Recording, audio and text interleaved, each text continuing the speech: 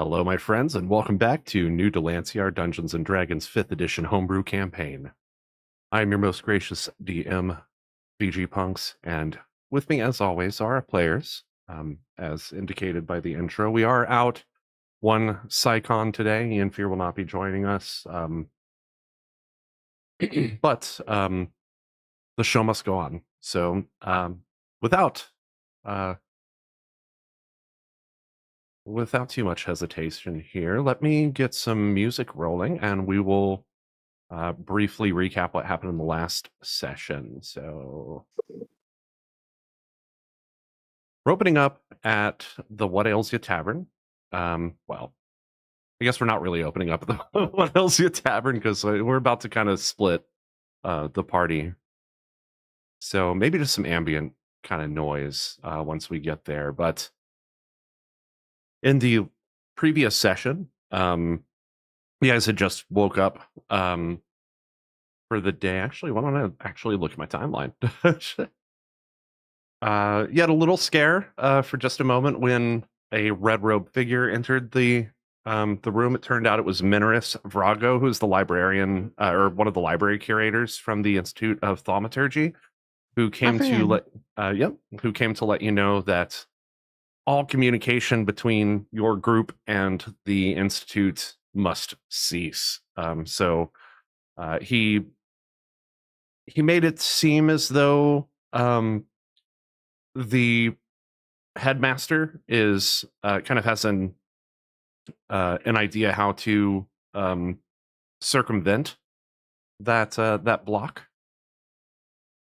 And he told you to keep your eyes to the skies. Let's see. Talanith, you met up with a ratkin named Shix, who had asked you to go and observe the castle and let him know, and to get him some information on these rumors of magical enchantments and enchanted items being blocked from entering the city. Let's see what else happened here. Yes. Yolanthe and Tess had went down into the sewers and kind of investigated there. You overheard some conversation with two. What's that? Wasn't Tess. That was Scrito. Oh, Scrito. Right. So Yolanthe and Scrito went down into the sewer and kind of investigated there. You saw a few ratkin who were having some kind of conversation, and you decided to deuce out. So everybody woke up the next morning. Rek, you were told by Kolvar that he had heard a rumor that there were some orcs with similar face paint to what you wear in the harbor district who had just arrived. So you were leaving along with your entourage, including Valphalin and pretty much everyone except for Yolanthe and Tess, who decided to stay back and speak to the two newcomers, Mixie and Grimpack, who are hanging out at the bar. And that's where we are picking up.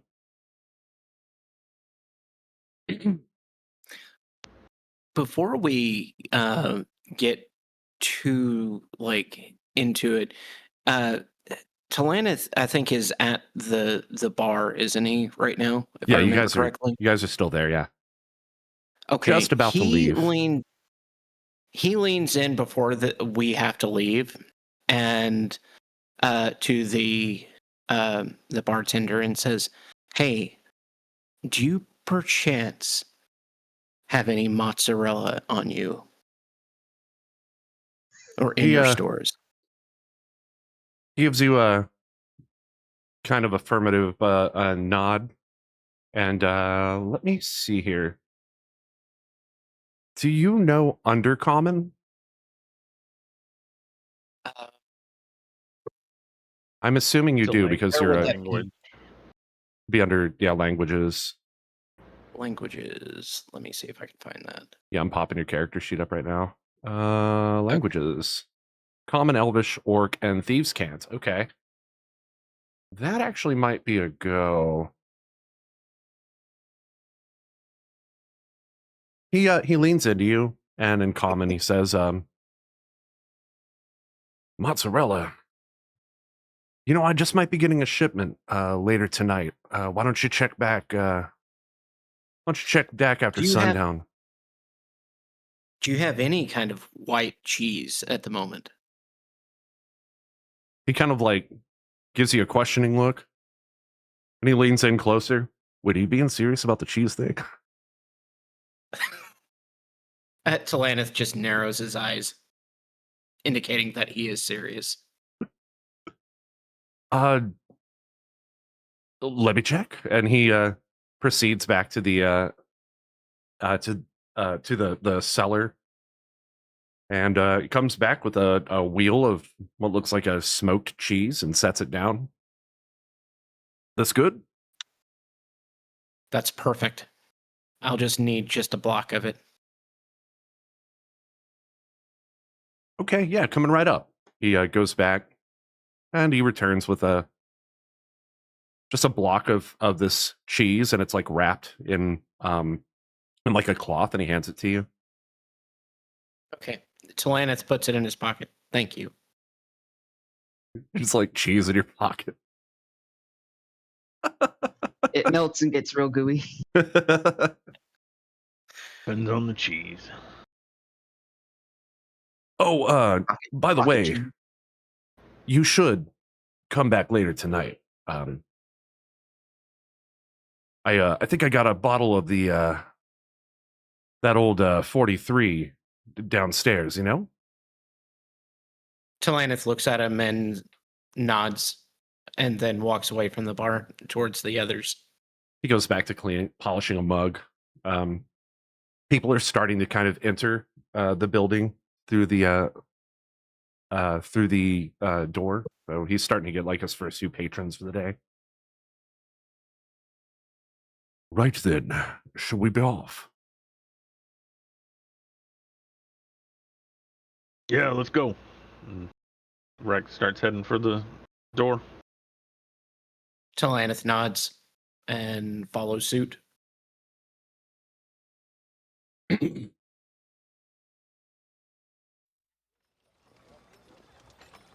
As you push the door of what ails you open, the morning light floods through the door along with the somewhat surprising sound of a bustling city before you.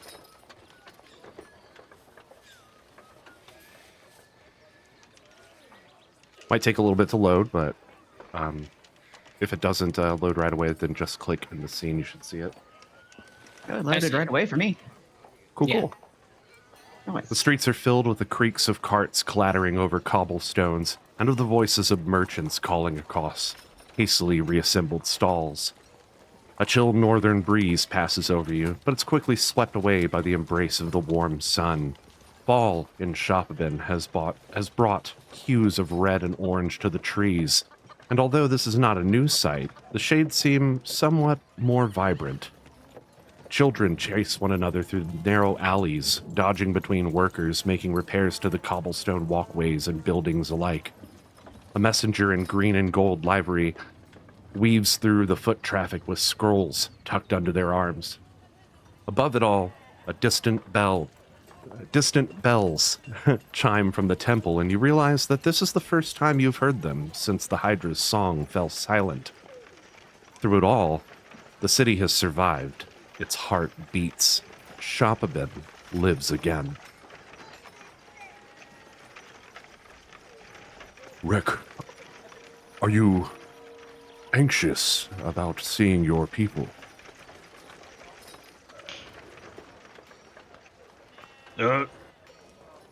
I didn't really think about it. I mean, with different tribes, there's different face paints. It could be someone from this side of the world, right? Are there other tribes that don the same face paint? Well, I mean, the different tribes have different styles of doing things. Like what I'm wearing here, if you look at my cousin, he may achieve the same rank and status as me, but his face paint's going to be slightly different, but in the same space. I see. could imagine the other tribes having something similar. Is it commonplace for your people to make the trip across the expanse? Across the ocean? That is no. I mean, we have our seasons of travel that we do from where in our homeland. We revisit some of the same hunting grounds, but to travel this far is unheard of. Intriguing.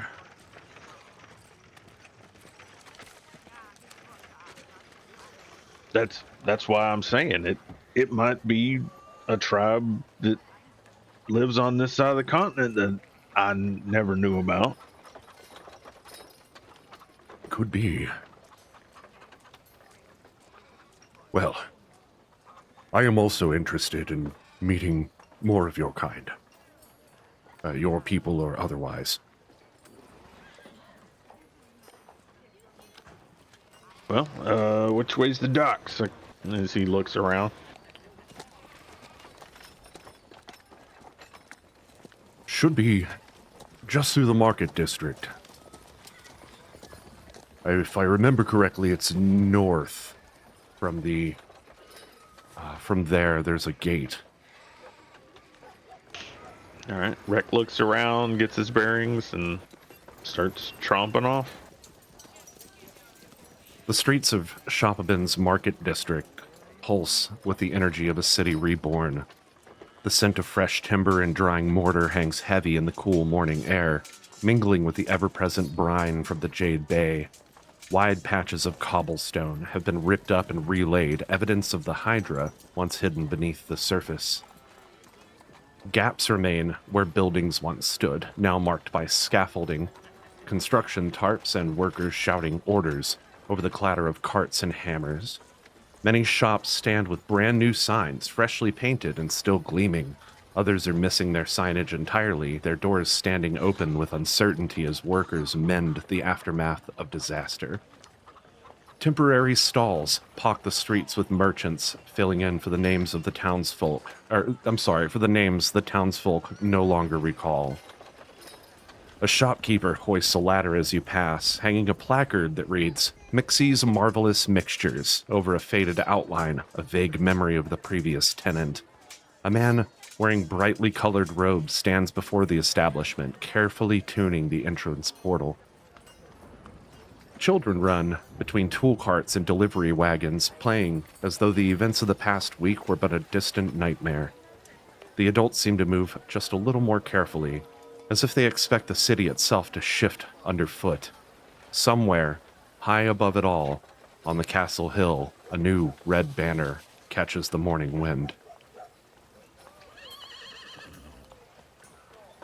As the clang of hammers and the babble of morning commerce echo through the square, a hush ripples outward from the northern plaza, soft at first, like a breeze brushing across the crowd. Then, shimmering into view above the central fountain, a glowing arcane sigil flares in pale gold. Bleh. It hangs in the air for a heartbeat before blooming into the outline of a robed figure, faceless, expressionless, its voice clear and calm as if whispered directly into every ear at once.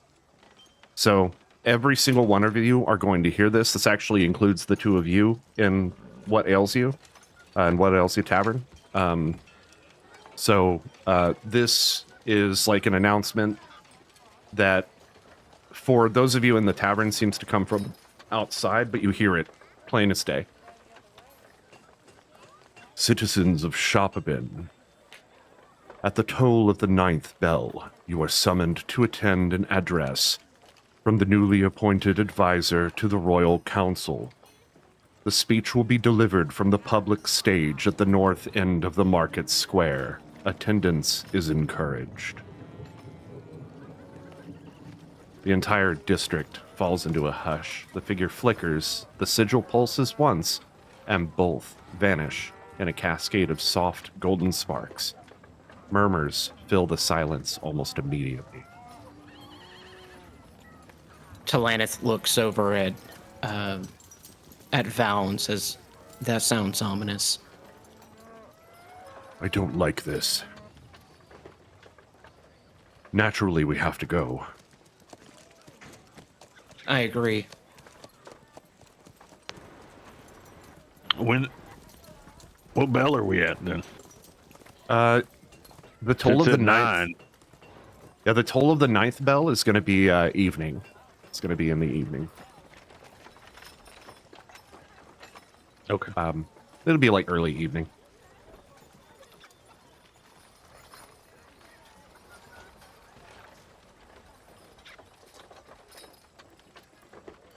Okay, let me...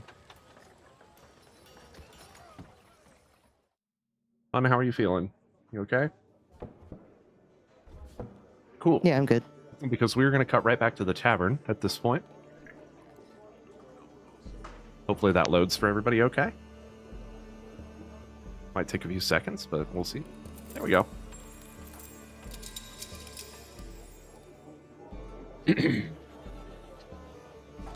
The tavern Yeah, feels loaded for me. quieter now that the rest of the party has departed, but not empty.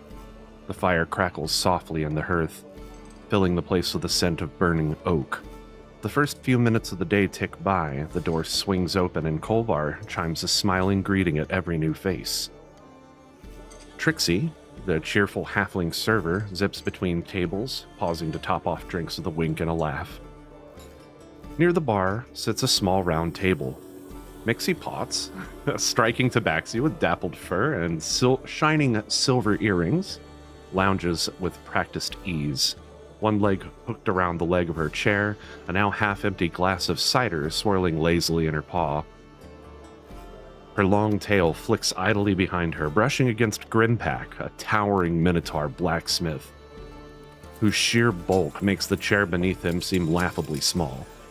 His thick arms are crossed, his massive smith's apron dusted slightly with soot. The two sit with a comfort that would almost imply a subtle familiarity with these environs, as though this table was theirs in some time past. I'm going to go ahead and load their pictures real quick so that we... There we go. That's Mixie. Did that actually... No? Let me try it again. There we There go. it goes. There's Mixie, and you feel free to resize that and throw it off to the side or whatever. Whoop. And then... There is Grimpack. Grimmy. Grimmy.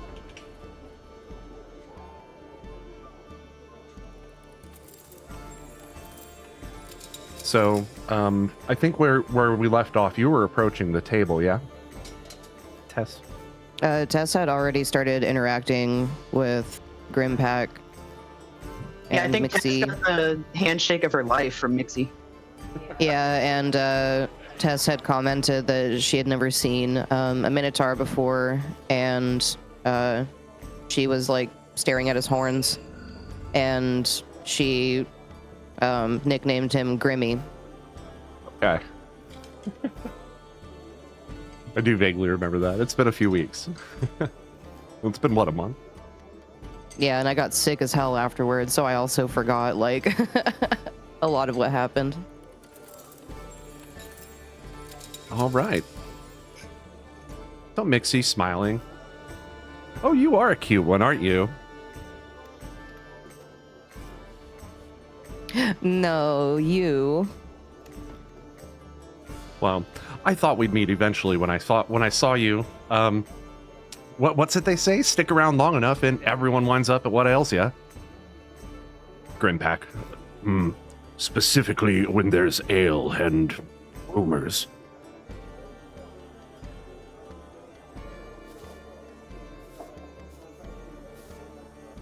Speaking of ale, May test by everyone around. Oh yes, please. I'll have another cider. Sounds wonderful. Tess could definitely go for a couple of drinks. It sounds like we have to be somewhere later for an announcement. Yes, some royal advisor. That's a new one. That does sound pretty ominous to Tess. Either way, Tess will go grab the drinks real quick. She'll approach Kolvar. Was his name, right? Yeah, Kolvar. What do you have? Tess would like an ale or 2 ales and a cider. 2 ales and a cider coming up. Yolanthe, are you in animal form right now, or are you? No, Yolanthe's still in humanoid form. She Okay. is this entire time, like the entire morning, basically just been kind of like casually pacing back and forth near the fireplace, and just every now and then she stops and like rapid turns to the mirror and just stares at it, and then kind of smokes her pipe and walks away. Just doing that over and over again.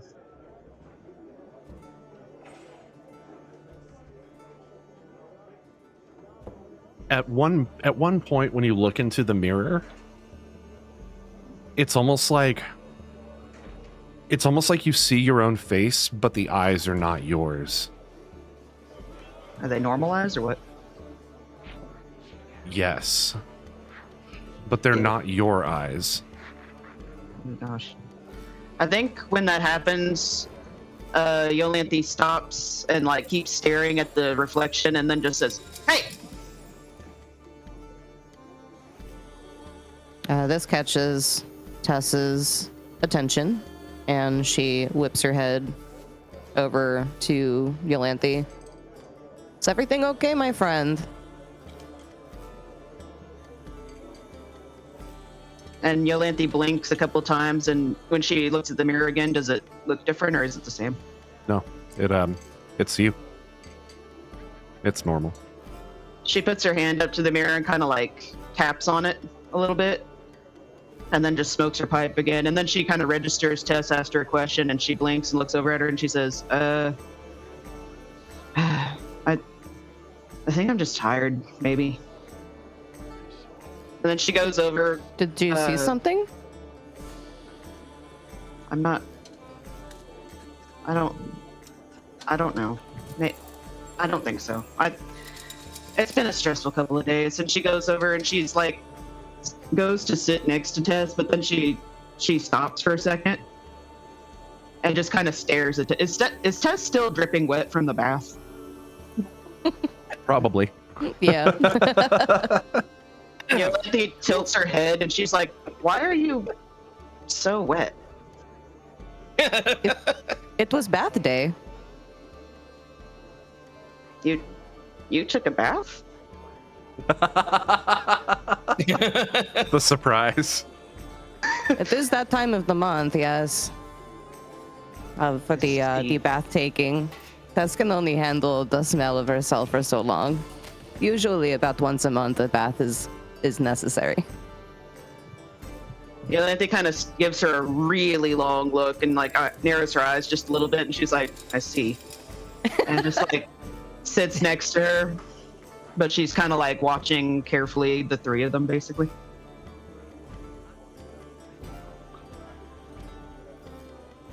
And Tess begins downing her ale. Or are you back at the table then with Yeah. Mixie and Grimpa? Yes. Yeah. Are we at the table or at the bar? I don't really know. They're at a table like in the corner. Oh, okay. Yeah, then I'm just sitting down next to wherever's next to Tess. Where's Scritto? Kurto's just hanging around the tavern, he's like sitting at the bar with his little like feet's kicking, And his bird fingers. and he's just sitting Oh. there. Just and- bird thumbs. And every now and then he just looks up and echoes, "Ah shit, did I just teach the bird to cuss?"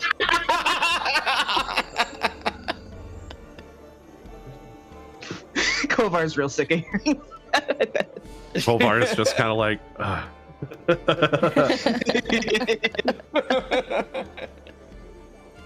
I like to think that Skirto has like a cup of ice water. You know those videos where like where people put like fruits and like ice water for ducks and they just like go ham on it? He's just like sticking his beak in the water and just like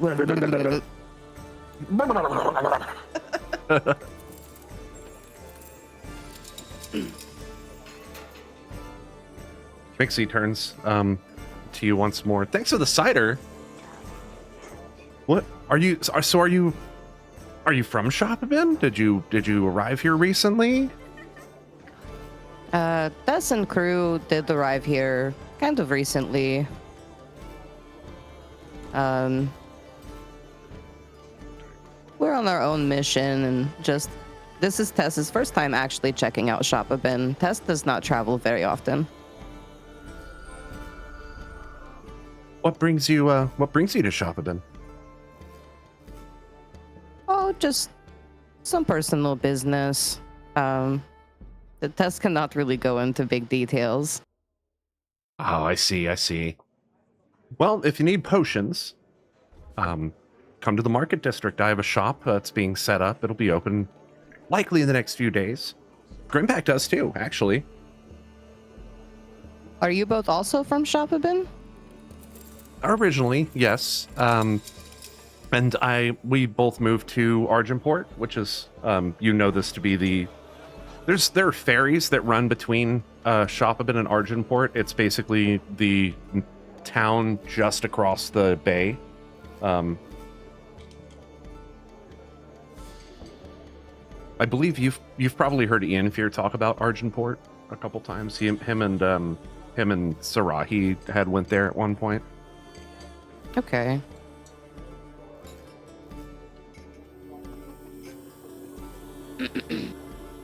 So we here when... Well, I heard a story on the ferry, about a hydra, was it? Sounds messy. Oh goodness, word spreads very fast about these things. The messy is one word, a natural's another.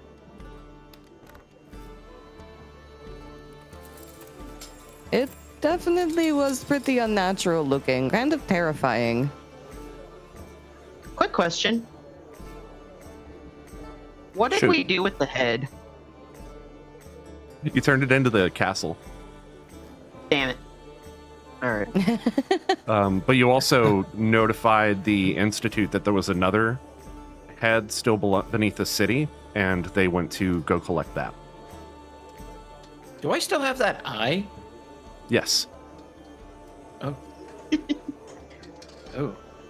Talan's just walking around with an eyeball in his pocket with the Like- cheese, dude. He's reaching into his pocket to kiss cheese. He pulls out an eye and he's like, oh, wrong one. He is going to make a very fun sandwich later. It'll be a real Squeeze. eye opener. Oh, God. Yucky, yuck, yuck, yuck. You're all fired. I didn't see that one coming. Aye, aye, aye.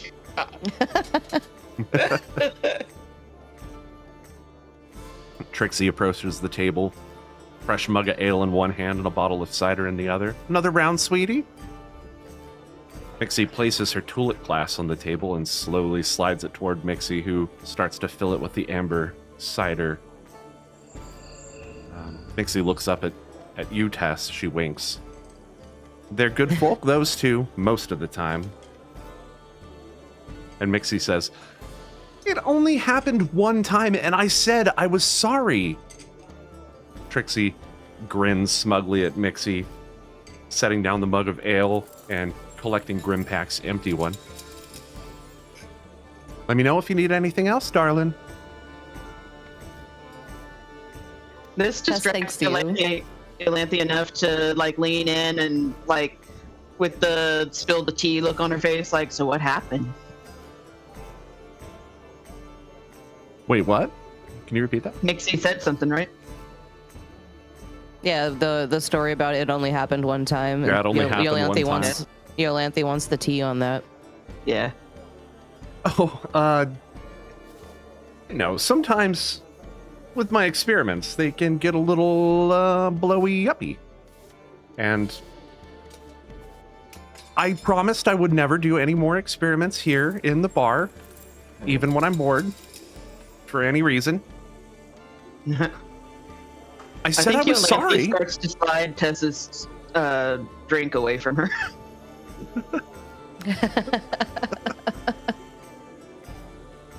Funny thing, though, folks keep calling me the new alchemist, like the old one wasn't even here.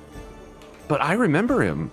A nice old elf, strange fondness for lavender. Nobody else seems to recall. Seems like the Hydra's doing, am I right? Unfortunately, yes. It's the same at my forge. Like there's a blacksmith shop sprung from the cobblestones overnight. I remember who swung that hammer before me. No one else does. Yes, an unfortunate side effect of the Hydra's doing. And Tess looks down at her ale and just kind of stares into it. But how are you two able to remember? No one else is.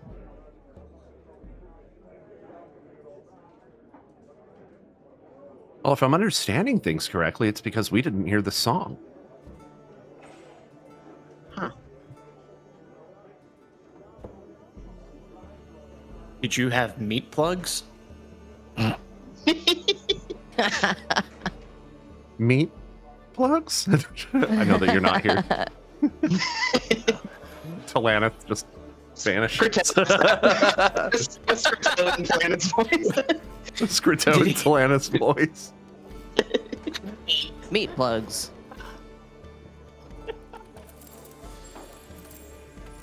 Grimpack's like, I am very offended.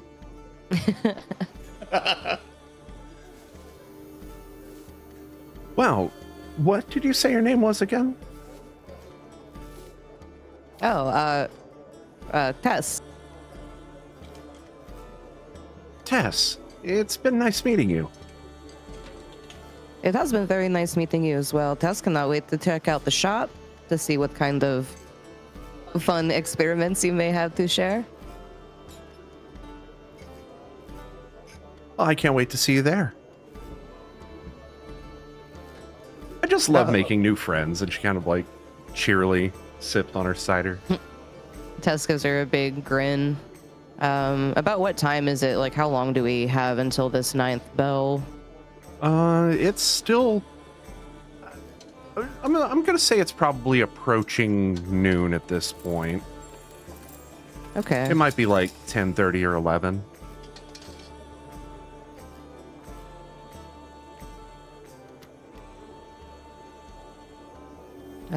Tess is going to finish her ale. And then probably pack up her bag for the day so that she can head out and explore the city a little bit.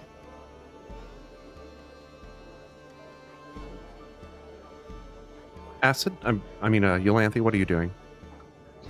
I think Eulanthi is feeling a little bit more relaxed, but still a little on edge, and she's like, you know, a bath actually kind of sounds nice. Maybe I'll see if I can get one drawn up for me now.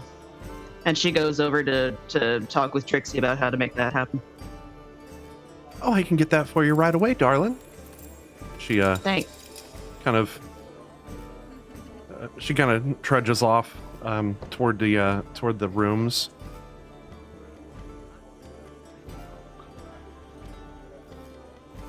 All right, so Tess, you are leaving What Ails Ya, and Eulanthi, you are staying and taking a bath, yeah?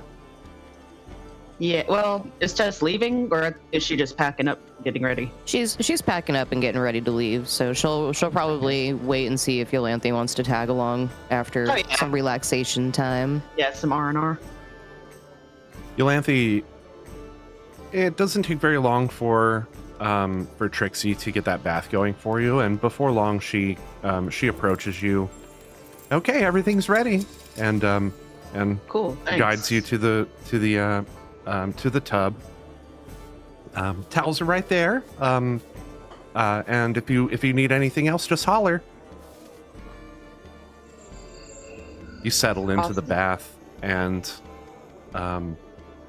It's very warm, very relaxing.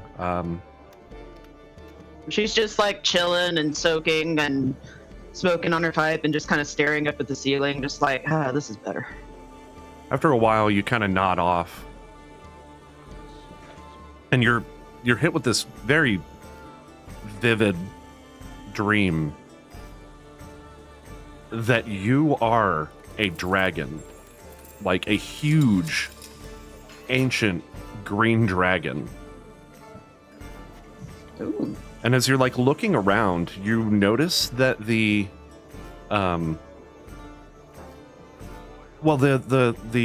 environment where you are, it seems familiar, like you've been here before.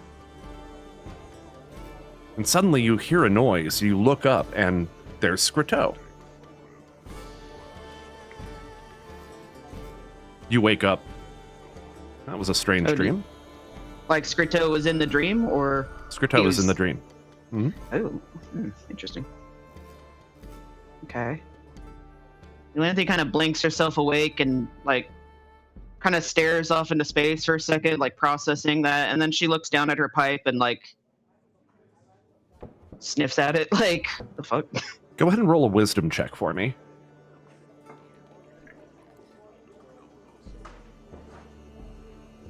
Wisdom? Mm-hmm. We'll say it's a DC 20. Why is it not letting me click on it? I heard it.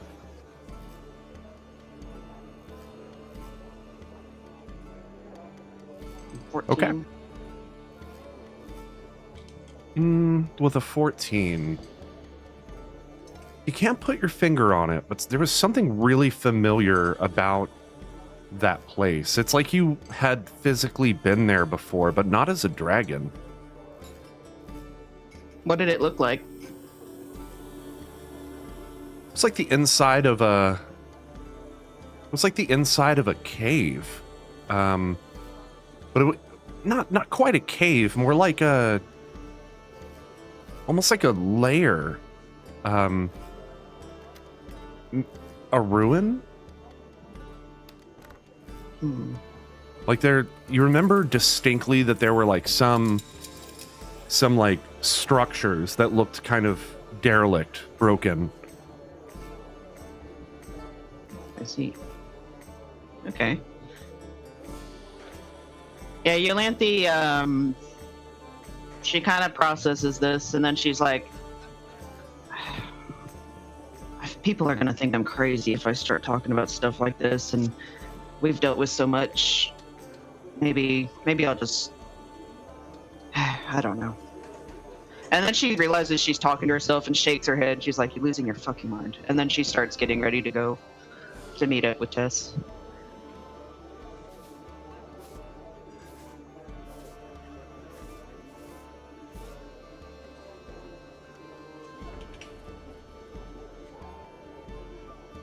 Tess is sitting at the bar area right next to Scritto.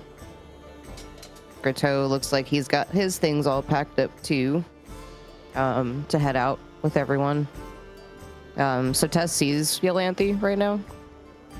Yeah, she's coming out. She's changed her outfit, but she's still like kind of wringing some water out of her hair.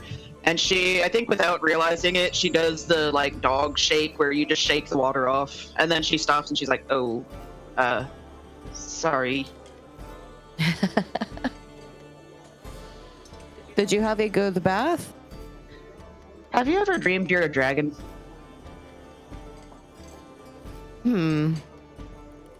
Not the dragon, but Tess definitely has dreams about being different.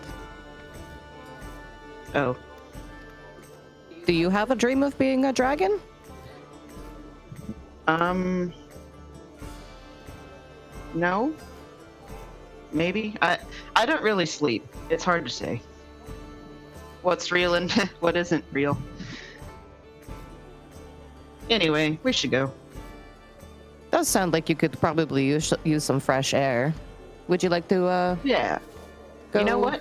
walk around? Yeah, you know what? It's the city. I've been in the city too long. We gotta go. Let's go outside. Let's go. The trees and some water. Hey, I'll see if there's any salamanders. Ooh, it sounds fun. We're about to cut to the harbor district, but before we do that, I would like to do one last thing before you leave. Would you both please roll a perception check? That is my specialty. That is not my character sheet. I'm sorry, what was it? Perception? Perception, please. What the fuck? Yolanthe rolls a 3, gets a 14.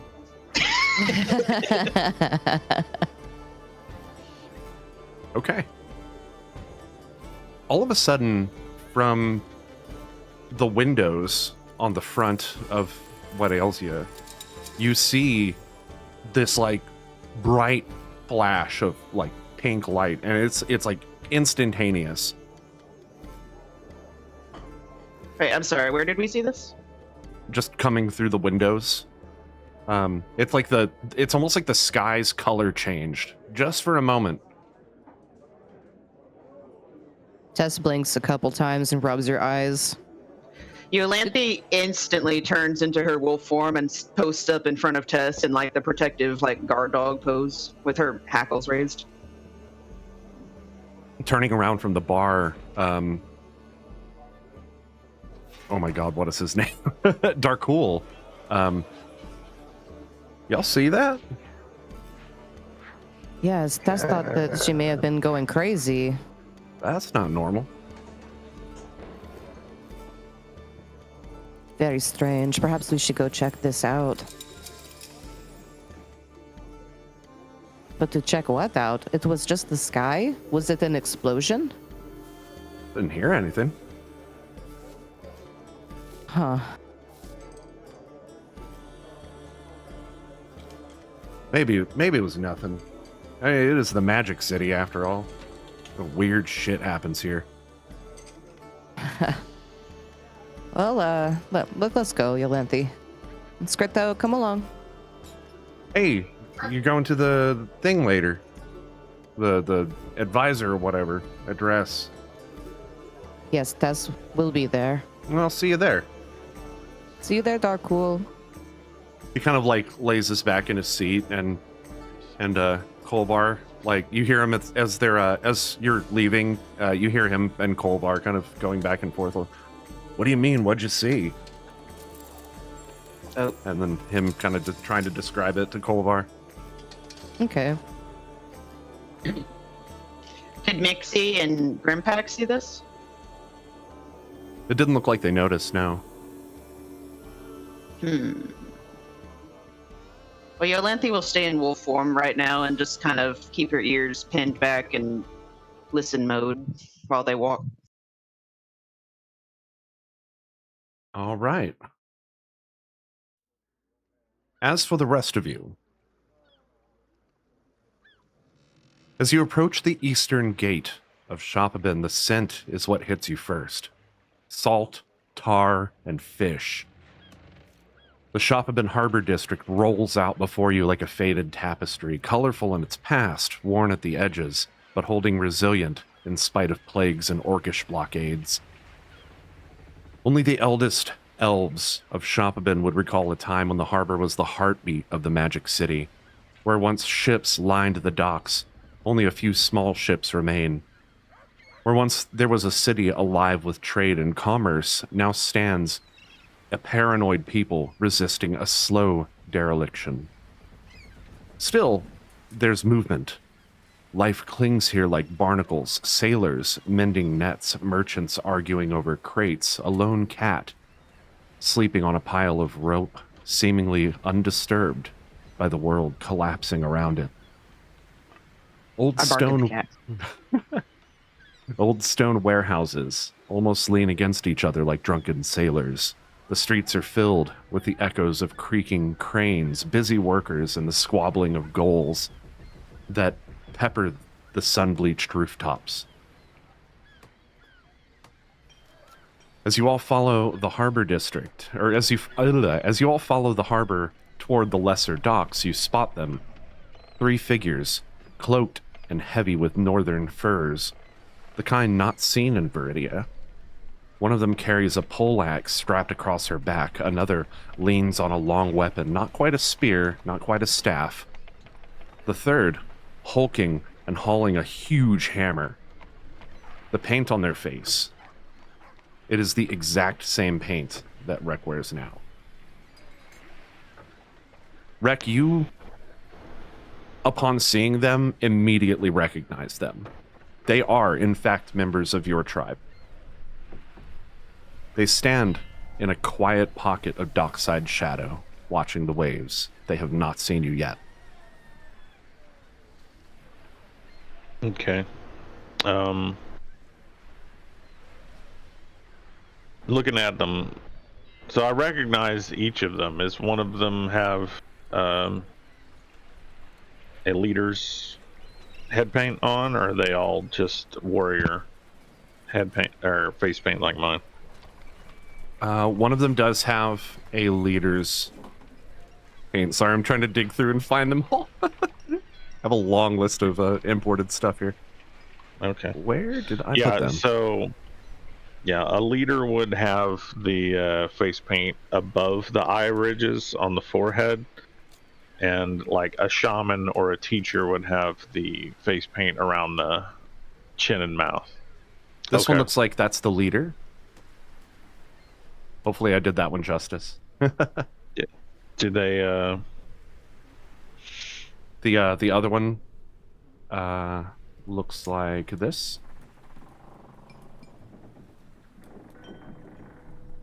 And then finally, whoops, clicking on the wrong stuff here. The last one, he's just absolutely massive. Is that a sombrero?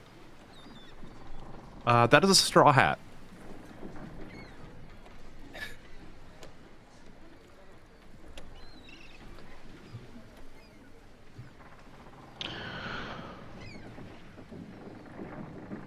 Rek, you probably remember their names, Ushka, Urzek, and Boruk. Ushka being the sort of the leader of this group. do I remember Ushka being a leader? Yes, you do. Okay. All right. So it wasn't a recent change since the last time. All right. Well, I make sure to upon recognition, steps out to where he can be seen from a distance before approaching. He raises a hand up to signal intent. She Looking for them to recognize. The first one to look up at you is the enormous one, Boruk. He Okay. has a very kind look about him. He almost half smiles at you. It immediately realizes that you're trying to get the attention of Ushka. He gestures to her. What was the gesture? I have these notated, but I don't remember where. Is it here? Yeah, there it is. Okay. So he makes a gesture of 2 fingers in a V just beneath his nose, pointing to the eyes at Ushka, who immediately turns towards you and makes a similar gesture. All right. At that, Rek then turns to the rest of the group. All right. They see us. We're going to step over. I do recognize them. They are from my tribe. And he starts walking that way. Interesting. I wonder why they would have come all this way.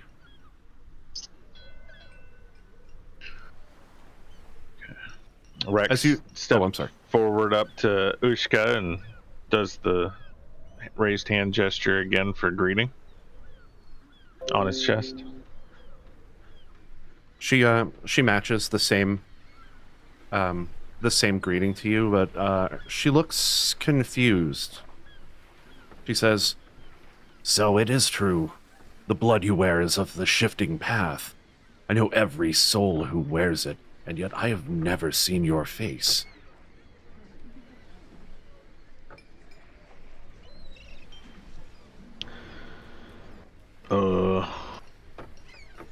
You're Ushka, right? That is my name. And looks at the other two. I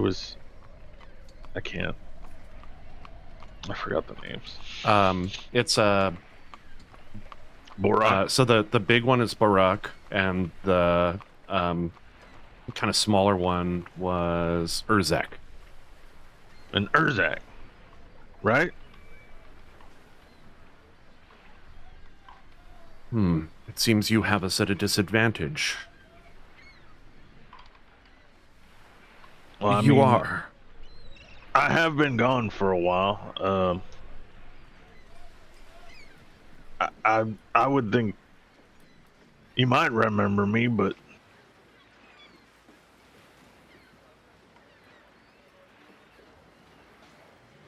I wasn't of no major importance of the tribe.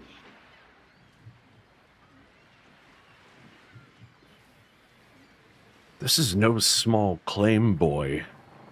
Explain yourself, slowly. She kind of narrows her eyes at you. Not menacingly. More like she's confused.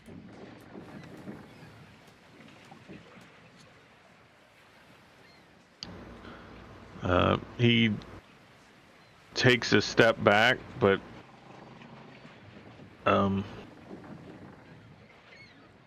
so they're full-blooded orc, whereas I'm just half. So Oh no, they're half. Oh, they're half too. You, Okay. Although that Boruk might be a little bit more than half. All right.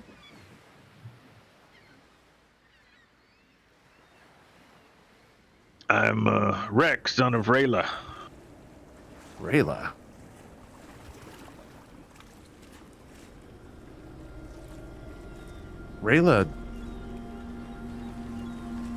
Rayla only had one child, and it was stillborn. But his name was Rek.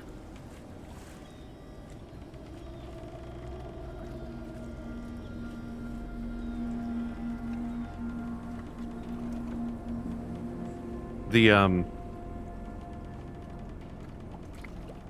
Urzak kind of like scoffs.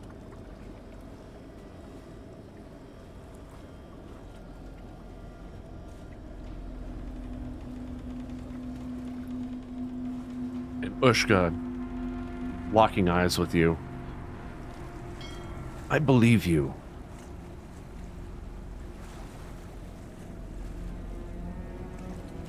But I'm still confused. I'll need some time to think this through. Interesting, you carry the paint. You wear it well, as though you've worn it your entire life. But your name...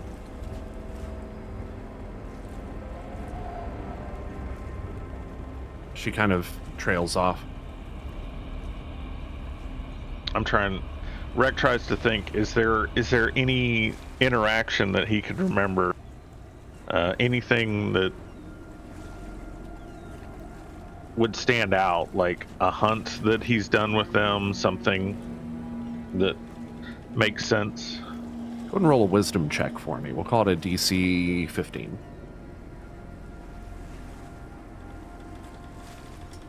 Wisdom.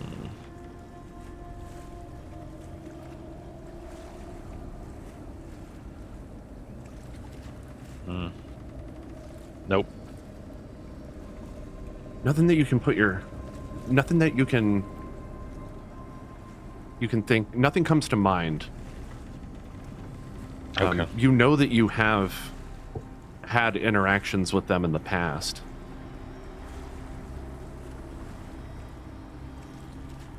Urzek kind of steps forward, locking eyes with you, looking you up and down. He says, we don't know you. That's the truth. So why does my gut say otherwise?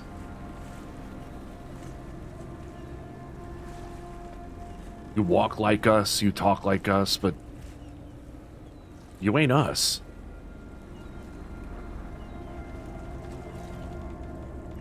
Ushka puts her hand up. I recognize y'all, but y'all don't recognize me. How long have you been in this town? We just arrived, Ushka says. There was tale of a creature that could make people forget things in this town recently. But if you only just got here, I don't know why I'd still remember. This is very strange. I believe you. But at the same time, my memory does not match with yours. I know every face of our tribe.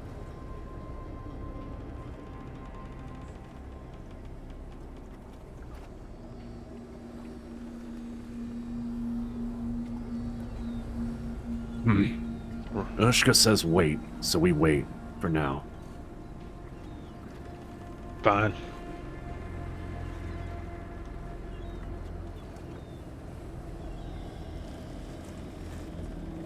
Roruk, he's kind of been off, looking around. At one point, you see him, like, point up at the sky. Oh, that's a big cat! Look at her wings! Rick thinks he's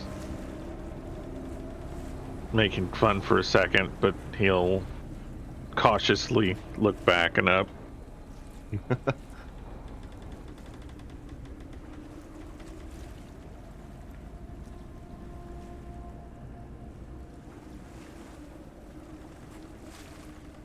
Well, you are the reason we're here. Who said that? That was Ushka again. Oh, Some months ago, months? I think it was months. It might have been weeks. Some time ago, we were still over in Solterra, in Siuk, and unexpectedly, after the plague started, we received a wagon full of supplies.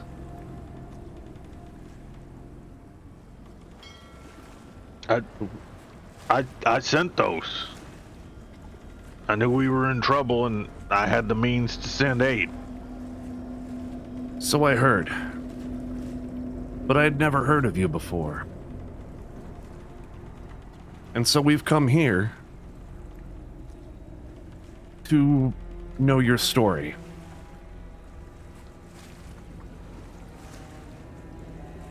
That is Strange a very that- long journey to make. And especially if you don't remember me. Seems like it was well worth it. This is a strange turn of events.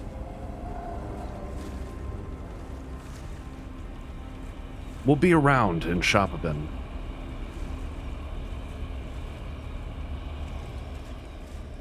I heard there was some kind of an address happening later. Yeah, I've heard that as well. Not that it has anything to do with us. We'll probably... There has been strange happenings in this town recently. I'm not sure if you care, but the people have been through a tragedy here. So I imagine it pertains to that. I see. And you have some connection to the people here.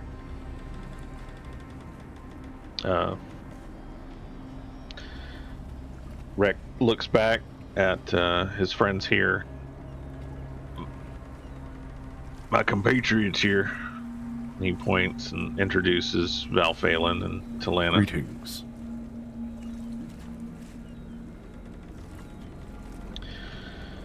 Val kind of mimics the gesture that you made when you first introduced yourself. Not I knowing nod if at that's him. going to be welcome or not. Delana's just quietly nods. Okay. I nod at Val Phelan. I'm like, yeah, that's right. We have been traveling for a long time together since basically I was separated from the tribe back in our homeland, and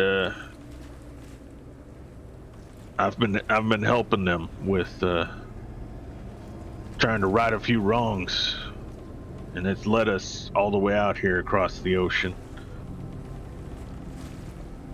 Again, I didn't expect y'all to send somebody or to be in this situation at all. It's mighty confusing. You should know, Ushka says, your kindness may have saved the entire tribe.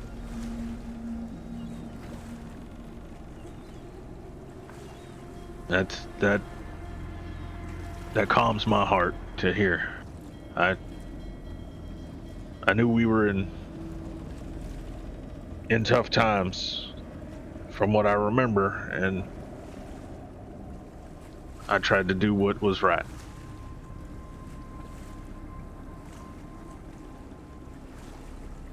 Strangeness aside, I'm glad everyone's okay. See, he is a friend, says Boruck.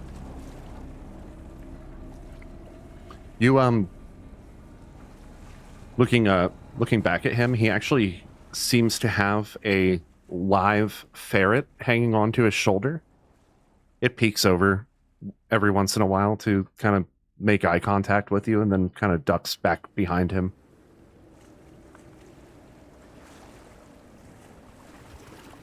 Okay, Rec looks at that a little strangely. Like, that's not... Does he recognize that as something from our side of the world? Or What, is the that... ferret? Oh, it was a ferret. I thought you said parrot. Oh, no, it's a Oh, okay. yeah, it's like a weasel. Yeah. Okay. So, just a pet. Seems so. Meanwhile, Urzek just kind of mad dogging you the entire time. He just looks pissed in general. He looks irritated.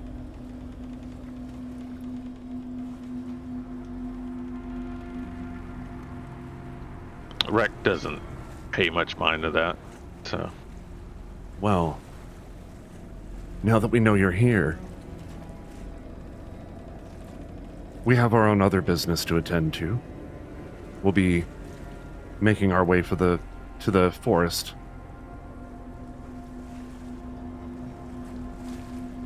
Starting the hunt. Does it... May I know what's going on? Well, since we arrived, we heard some strange rumors.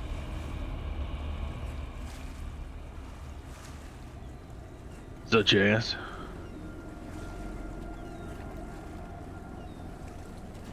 Well, one about something to do with magical items, enchantments, not being allowed in the city anymore. Kind of weird. I always heard this was the magic city. She kind of gestures. Seems a little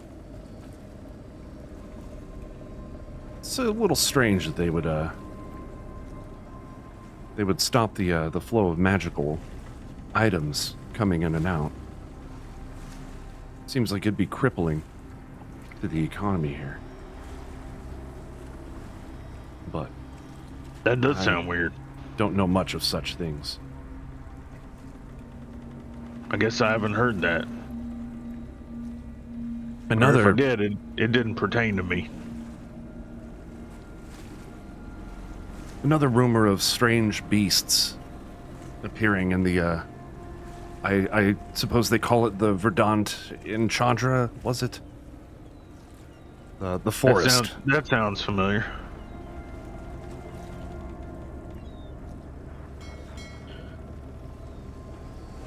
Well, we were here to meet you. It's been a long journey, and a hunt would do us well.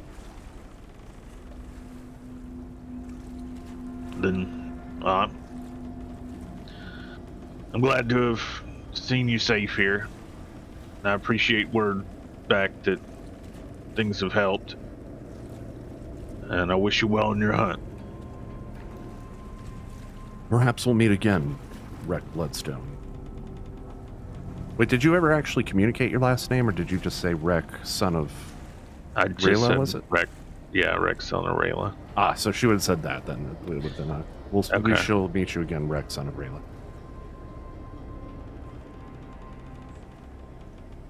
I will keep an eye out. Be safe. And you as well. They start to like pick up their belongings, and as you walk off, you can hear Urzak kind of, we shouldn't just trust the outsider. I thought he was quite nice.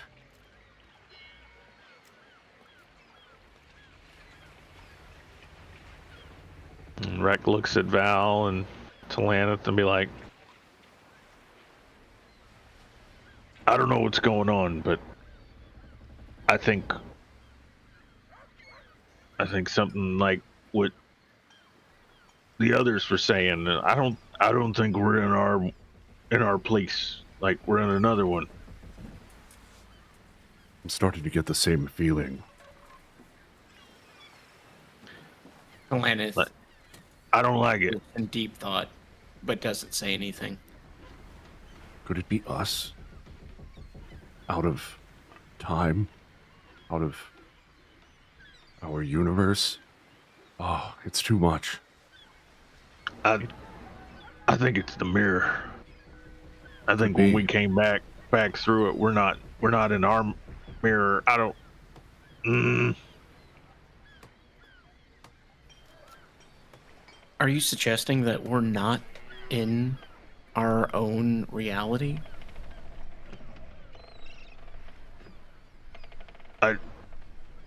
I think we're in a reflection. I'm not sure how we could have gotten confused. I marked the mirror clearly. I know we came back through the same one. Well, what if that other guy marked it the same way? You mean There the were mirrored the other copies of Val us? Phelan. And Rex starting to get irritated. Oh, that's making don't- my head spin.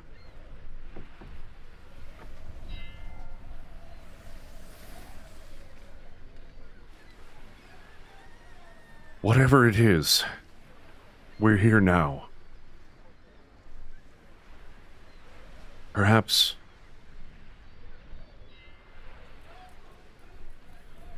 if we can catch up with Healthius, he might have answers. We also need to attend that meeting tonight. Indeed, the address. If I catch up with Healthiest, he's gonna have broken ankle. I agree.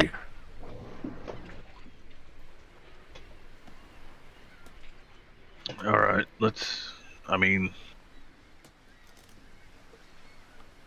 You've got a few hours yet until evening. It's probably around the afternoon at this point? You read my mind because I was just about to ask that. So cutting back, Tess and Dalancia, what are you up to?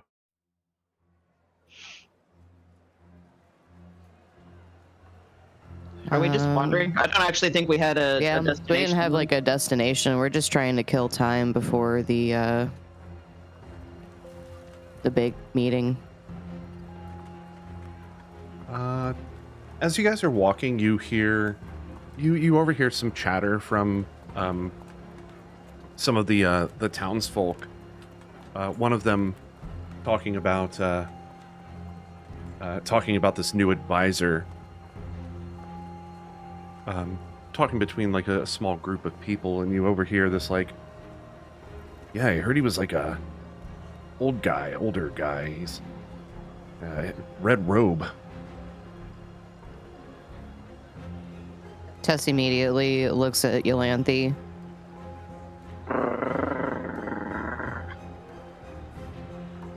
Tess thinks we should probably try to find our friends and meet up. As you start to walk toward the market district, there's another group of people who are talking. You overhear them say, "Did you hear about that new group? They they say they represent Western interests, House Drac and all that. I don't know what that means, but they something about gathering up mages and exiling them somewhere. Scary shit."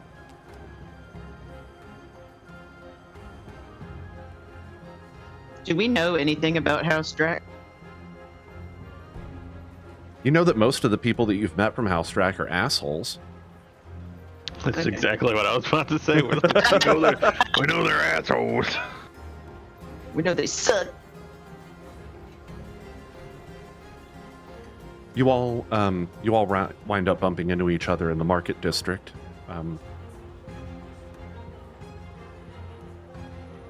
As soon as he sees you, Val Phelan is waving high and wide. Yolanthe scampers over and sits in front of him, wagging her tail, and just puts out a paw. Val scratches on your head. Yes. You made it. Did you hear the announcement earlier? Tess did, and along the way here, Tess heard something a little concerning. Go on. And she kind of gathers like everyone close by so that they're not talking real loud. Tess overheard people mentioning that this new advisor is old and dressed in a red robe. Tess also heard something about a new group that's representing House Drac or something here in town. This does not sound good. Not those guys again. You hear a voice from right behind you, Tess. And it says, I actually have some news too. It's Yestus. As you turn around. Yes. Yolanthe goes over and just licks him right on the face. They're probably about the same height. They probably are about the same height. Yestus walks up behind you, hands tucked into his pockets. He kind of leans in.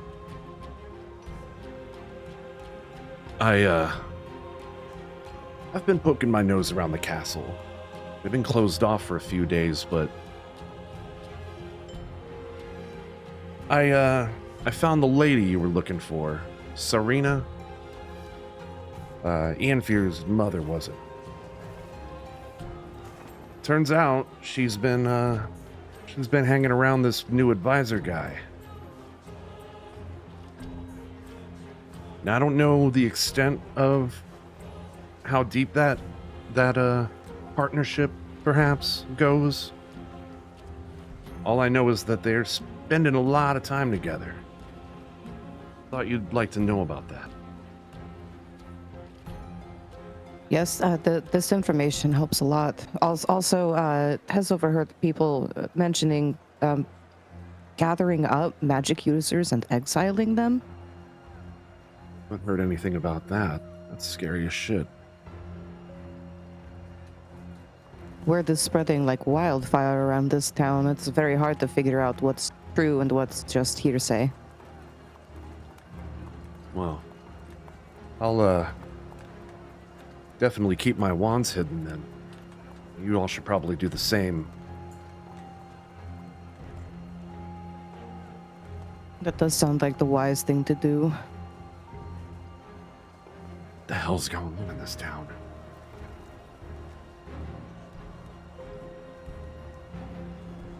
He slips that flask out from his jacket, takes a quick swig, pockets it.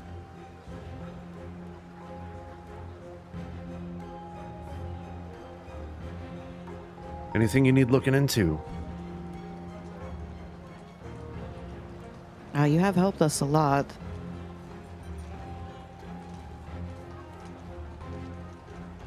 Probably just be safe. Always. Don't stick my neck out too far. But with that in mind, I have a few things I can look into. I'll see you later. Bye, Estes. Thank you. He kind of pulls his collar up.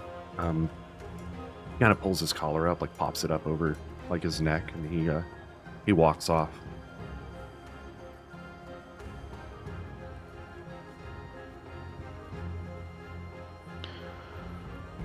I'm not liking the way things are turning out. I thought when we killed this thing, we'd fix something around this town, not just stuff keeps happening.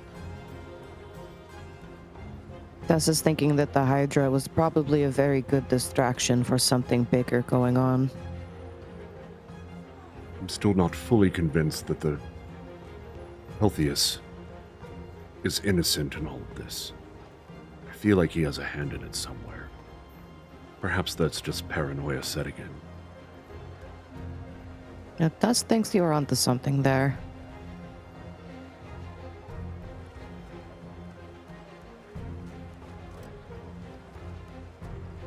Well, It I don't know seems about like- you. Oh, go on. It seems like everything that's happening is connected.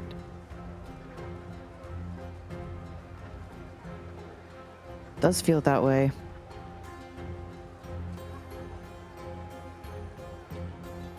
This is definitely a mystery we need to unravel. By the by, did you notice a light earlier? Yes, it was like a bright pink flash for just a second. Darkul also saw it back at the tavern. Interesting. Wonder what it could mean.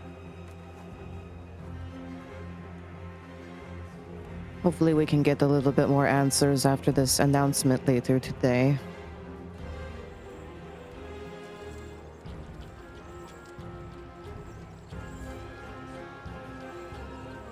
Well, until then, we've a few hours yet.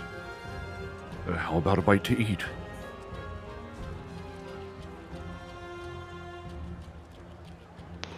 That Yeah, does let's sound go. like a good plan. Yes. We got the fuel up.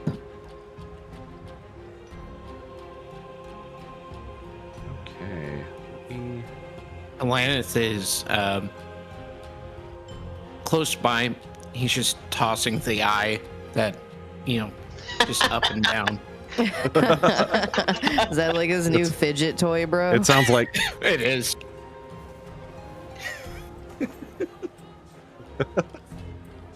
He's just tossing it up and down, Drops into his just hand with a staring sword out down. and just I think Yolanthe's eyes are like fixated on that ball. I mean, just watching it up and down. ball. Ball? Ball? Bro? Yolanthe like sits in front of you, is like anticipating you're throwing it. You're like, no. If Yolanthe actually picked that up in your mouth, I think you would immediately regret it. No, Lanthe would never. Wolf Lanthe would. Wolf Lanthe, yeah. Okay, let me get where would you like to eat? Should we go back to what ails ya, or should we find a different establishment? I've seen plenty just on the way here. Something close by. We have not really had a lot of time to explore and check out local delicacies. That's true.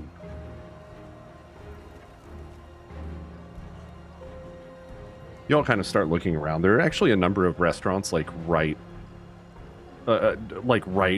in this vicinity. You're in the heart of the market district right now. In fact, just up oh, go ahead. I want to roll a perception check to see if I can deduce which restaurant has the best smells. Okay, yeah, go for it. Rex gonna do the same.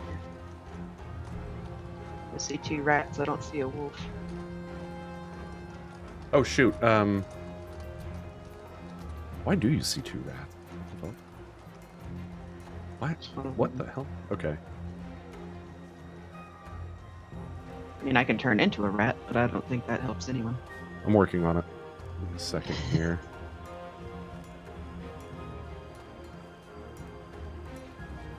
This is a wild shape. And transform. Pork. With your new art. Yeah. Yolanthe changes into a wolf. I wish I could change the graphic on the screen as well. That would be kind of cool. Oh, I was already a wolf, I thought. No, I mean I wish I could change the graphic of your talking portrait on the screen. I think that'd be neat. Yolanthe, you... Oh, it's not showing up for me. Oh, you got a 27. Okay, Yeah, I can see it. I'm not seeing anyone's rolls in the chat. I don't know why. That's weird. I wonder why. Yeah, I'm seeing Maybe I just need to everybody's refresh. rolls. Perhaps. Well, Let me do that. excuse me. Oh my god. Let me go ahead and pull.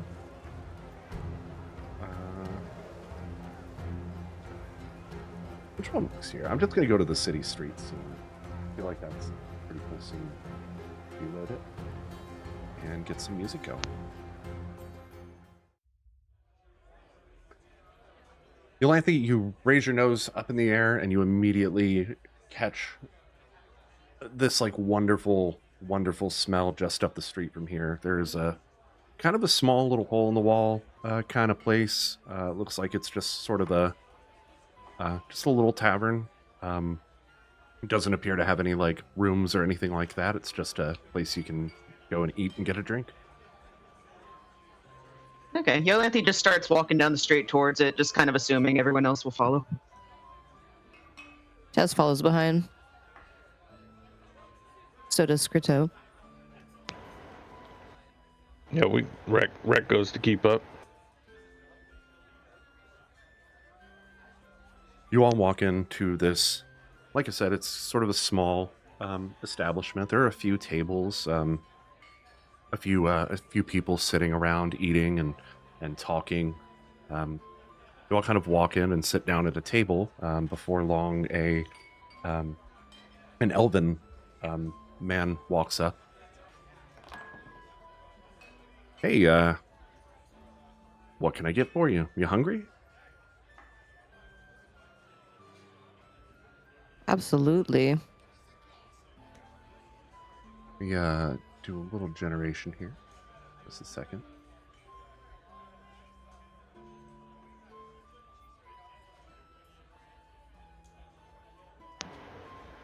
Rick looks up at him and be like, I'll have an ale, and what do you recommend is the best thing to eat? Oh, definitely the stew. We got a hearth-fired stew. It is, I mean, it's kind of our claim to fame. Ooh. Well, let's have it. Stew Tess all will around take them? that. Yes, please. Let me see. 1, 2, 3, 4, 5, 6. And he like counts all of you, and he's like, 20 silver. I'll be back. And he spins around, kind of casually walks to the back. Wait, did he get one for Anthony?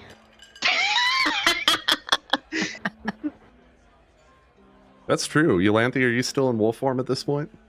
Yes. He might not have.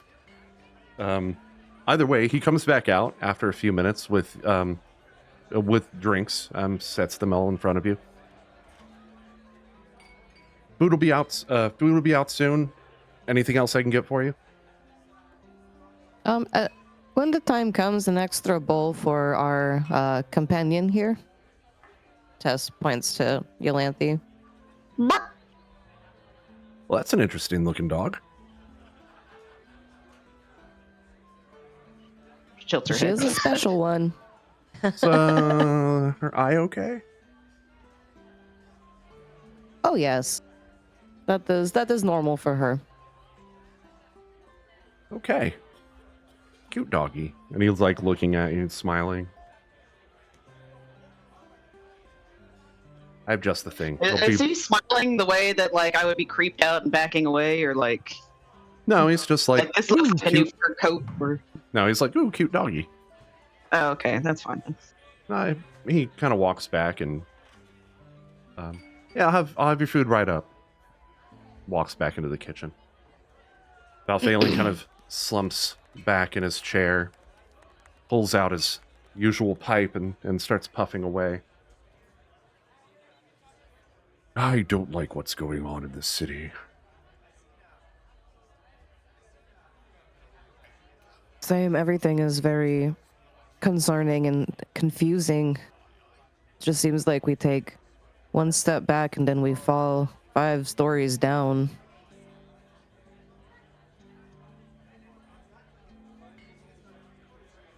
Eventually, we've got to find a way through this. We've got to figure this out. What's worse, we just met with Rex people. Oh, how did that go? They don't know who I am. Seriously? Yep. I recognized them, my tribe. And they got the supplies that we sent back when we were still on the other continent, but they don't know who I am. Oh, this is insane.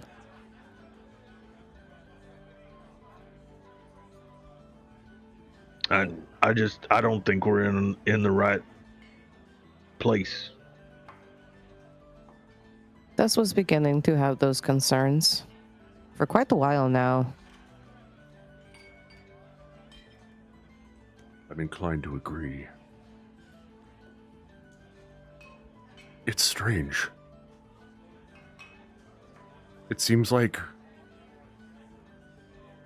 it's almost as though pieces of the world are missing or misplaced or something.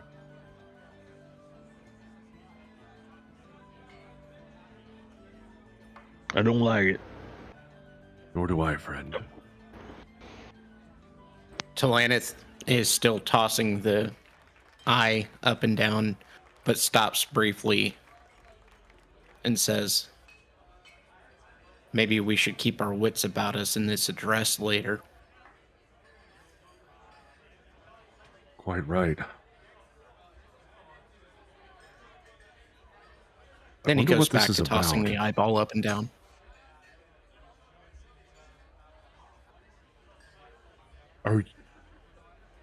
Are we sure that... So you heard that the advisor was a red-robed, older person, was it? That's how you explained it, right? Yes. That sounds familiar.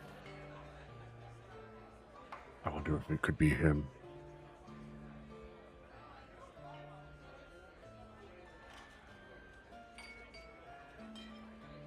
Tess definitely believes that Healthy is. And that what is going on with Ian Fear's mother hanging around this new advisor as well? That is concerning.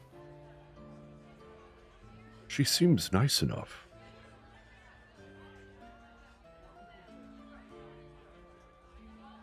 But yes, concerning. But we all the know same. that What was that, Delaneth?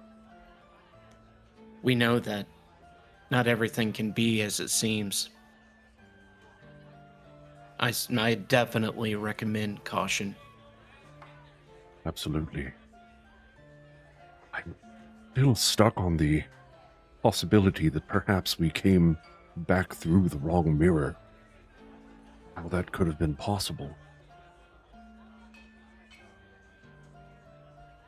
Or if something else is at play.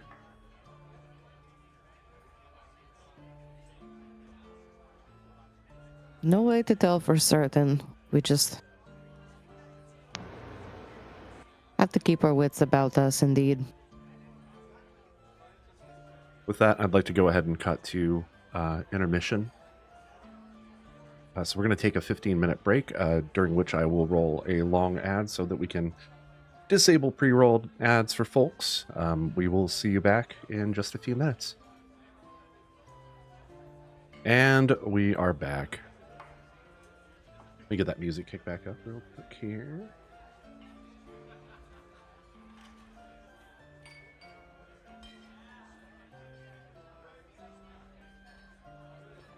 So we left off. We were at the pub. I don't know how the harbor scene has started up again. This is supposed to be. Oh, I don't think I ever changed it. Hopefully that changed for everybody.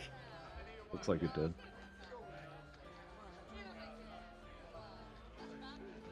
Okay.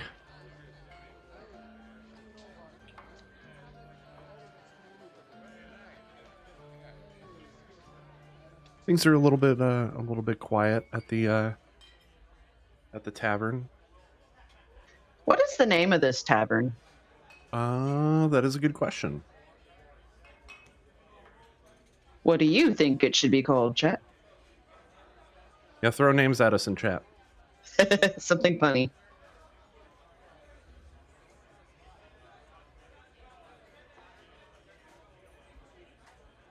I'm still stuck on how we could have come into the wrong time. So there was the dream, or no, not the dream. There was the strange future world that we traveled to somehow. Now that I think about it, how did that come about?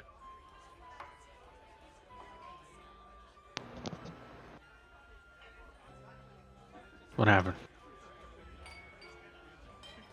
Sometime before we met you, Rek, we were on the way to Dintherum to assist with the expedition there. There was at one point we woke up, wagons separated from the rest of the group, no horse in sight, and a strange city that wasn't on any of our maps. Just down the road from us. I remember still the airship that flew over our heads.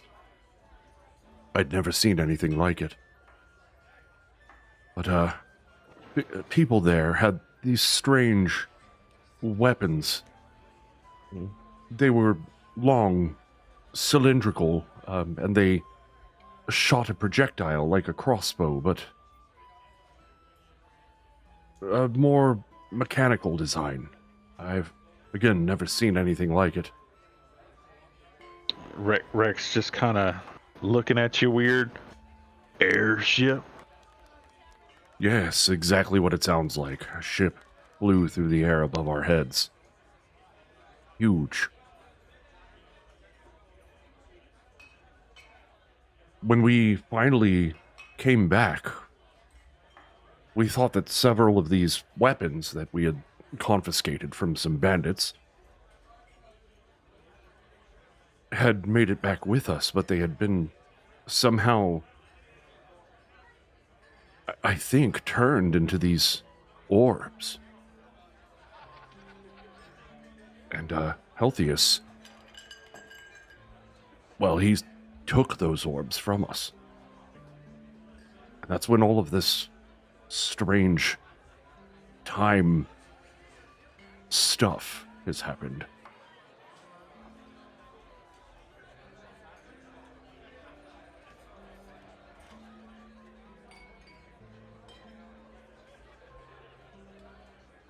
Did I remember that correctly, Tess?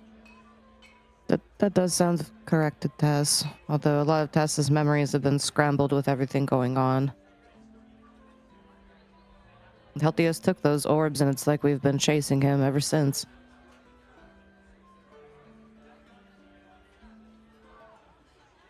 It seems like he's using them to teleport. At least that's what it looked like. In that other strange moment in time when he took us back to that moment. I don't understand time.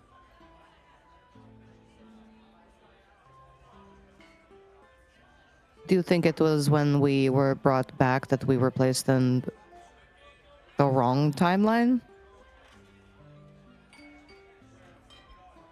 That is a good hypothesis as any. An alternate dimension? Equally good. It's hard to say. I mean, I remember sending the wagon to help my people before I remember going into a mirror. Very true. So now I'm even more Interesting. confused. Hmm.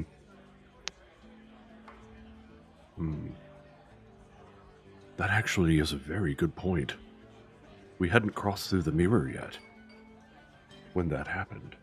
I remember the day.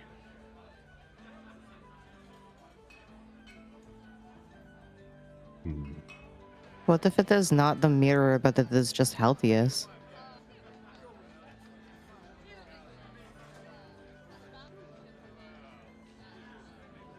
Could it be that Healthiest is going to be at this address?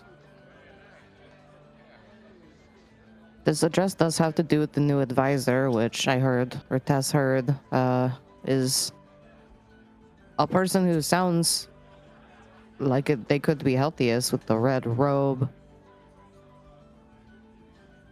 He's old. We should definitely keep our eyes peeled. You are absolutely correct. I agree. And if it is Healthiest, how is he doing all of this? Could it be the orbs? But there's a possibility. He did really, really want those orbs. Talanith is still tossing the eye up and down, but also says, if this is Healthiest, is it really the Healthiest that we know? Could it be an alternate dimension Healthiest? That is also within the realm of possibility.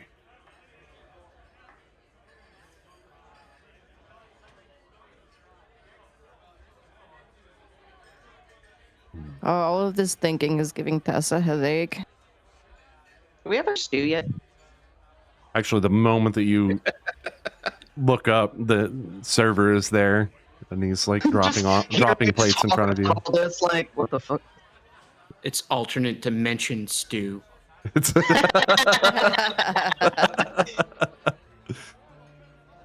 You get extra hungrier dimensional when you eat it. stew.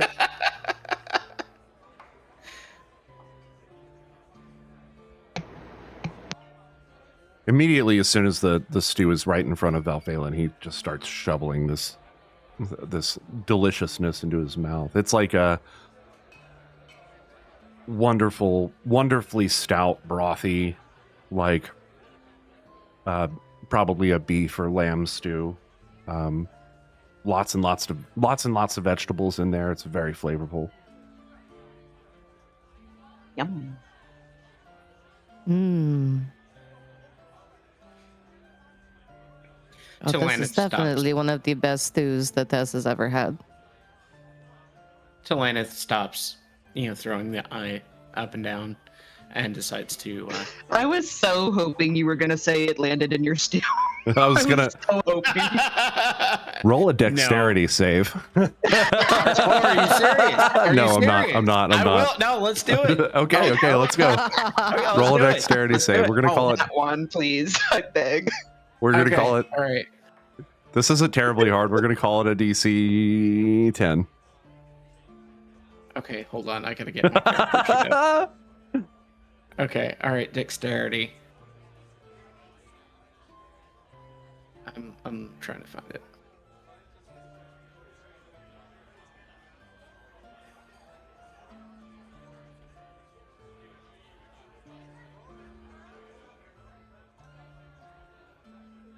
Okay, I'm having difficulties. If you are looking at the first page of your character sheet, if you click on the word Dex at the top, it should have a pop-up that Oh, asks you there if it you want goes. to do. Okay. Well, that was an ability check. I'm not sure how to do the save one. Oh, it's under saving throws. I'm dumb. That's okay. We'll take the. Wow, a 12. You nail it though. Like the eye does not land in your stew, but it almost does. Oh, Suddenly, you're confronted by the Oh. very real, the very real Yeah. threat of eyeball stew. Talanith looks around to see if anybody caught that and just shrugs it off and eats his stew. Everyone did.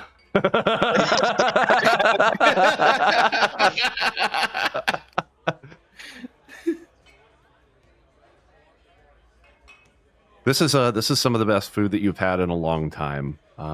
It's both. It is both comforting and filling. And you realize that it's been, while you have very much enjoyed the food at What Ails You, it has been a long time since you've just had some downtime with your friends. Since the whole incident with the Hydra.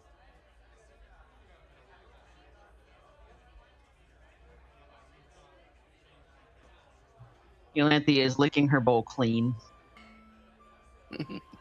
Val piping up first. We've been a long way, haven't we?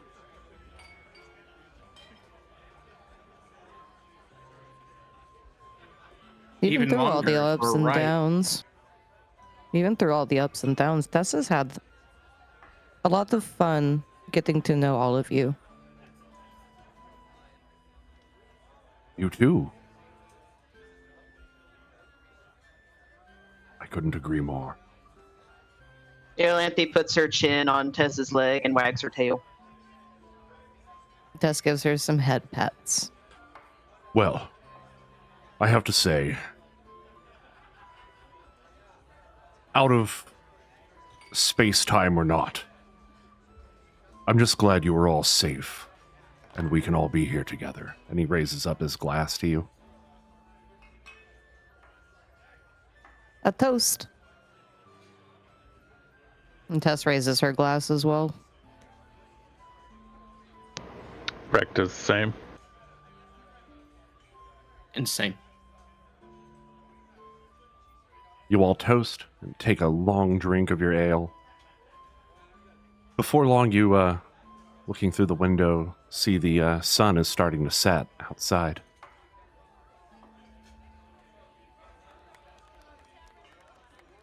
Well, the time is drawing near for this big announcement. I am anxious. But I have you all at my side. I am not afraid.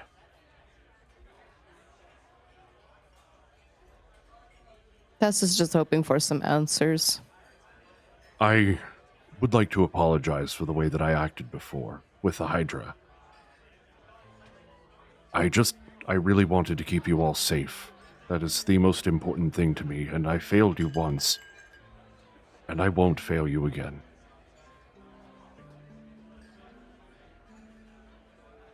You are way too hard on yourself, friend. Perhaps. The way Tess sees it, as long as we all stick together for these things, we will be okay. We'll come out on top every time. I hope you're right, Tess. I do hope you're right. Well, shall we off then to the North Market District, was it? Yes, let's be off. Tess pulls out the silver for the meal and leaves a tip along with it before leaving.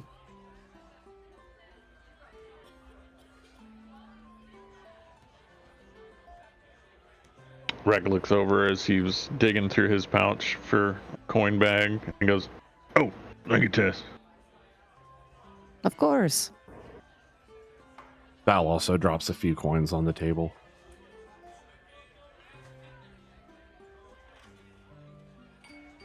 All right, let me reload the scene.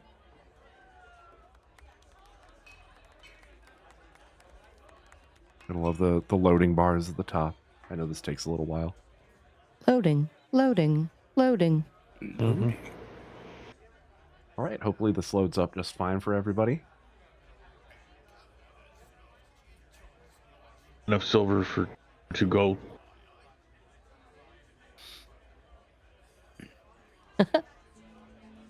Absolutely. Here, and he hands her 2 gold coins.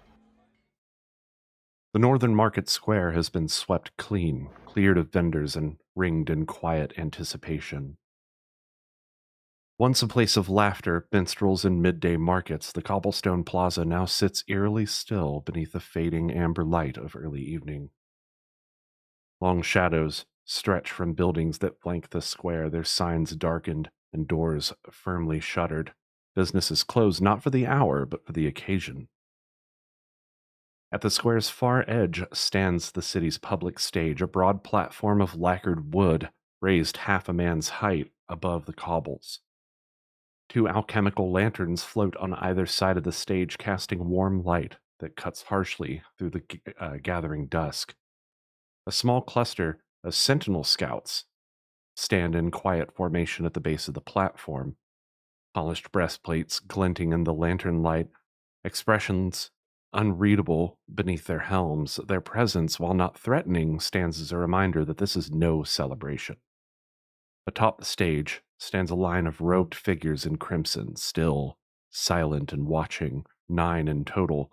The only movement among them is the faint billow of silk in the breeze and the slow rise and fall of their breaths. A 10th robed figure so slowly steps onto the stage with them, taking center stage. Oop.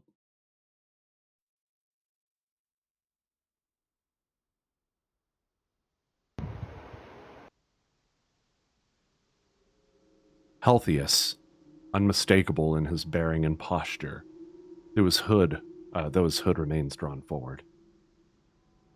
A moment, please. I forgot to set it to nighttime.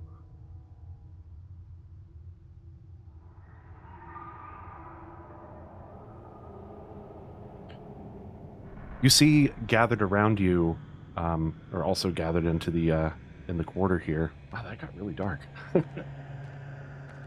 You see gathered around are a bunch of people. You see Kolvar, Darkul, Yestis, and even Sarahi is here. Trixie, You see Menaris and Chorum are in attendance. You see several of the druids from the temple. Mixie and Grimpack are also here. And then just a bunch of other people that you do not recognize. Rec looks back and like, that's him, right, Helsius?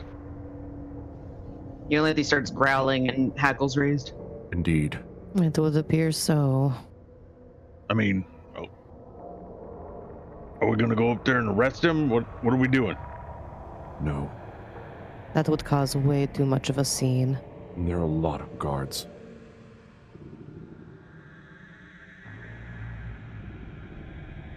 To the side of the stage, a highborn noble steps forward, their cloak embroidered with the silver knotwork of the royal council. Their voice is amplified by a whisper of enchantment as they address the crowd. People of Shopabin, you gather this eve not in mourning, but in progress. The council has named a new voice to guide us through these trying times. A mind of precision, of vision, and of unflinching loyalty. I give you the Royal Council's newest advisor.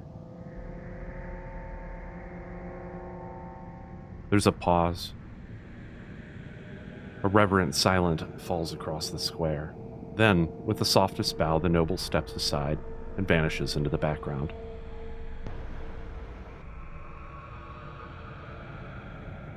I'd like to take this moment to show you the group that seems to be gathered behind Helthius. There are, like I said, 9 of them.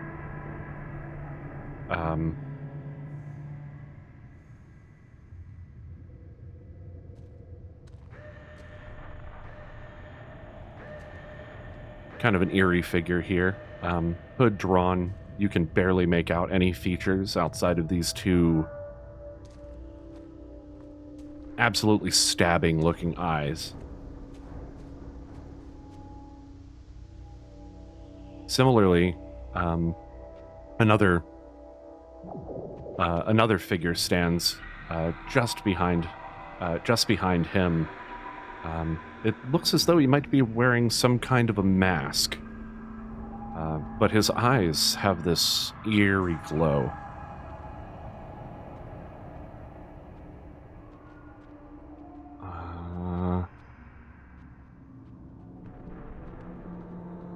Another character, a rather interesting-looking drow.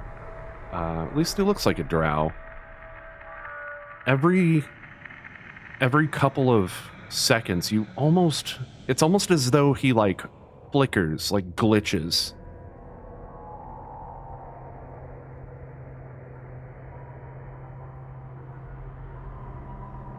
Tess, locking eyes with you is a tiefling woman. Eyes, a glowing aqua blue, stare directly into your soul. You don't know whether this is like welcoming or threatening, but something does seem off about her. Tess stares back directly at her. You don't lock eyes with her for very long before you realize that the person standing right next to her is a very familiar face.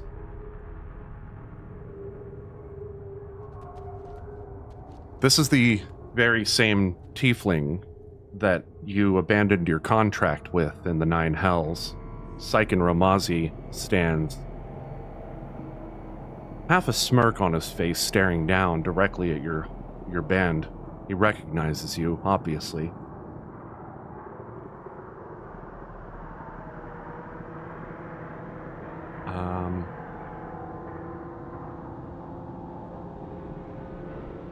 Next up, and this one comes as kind of a surprise, a full-blooded orc.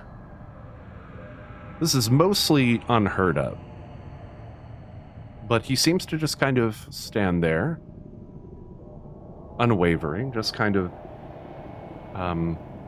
wouldn't say relaxed, but staring kind of off into the distance. Next up, Talanith. A person that you recognize, actually. Before you came to Shopabin,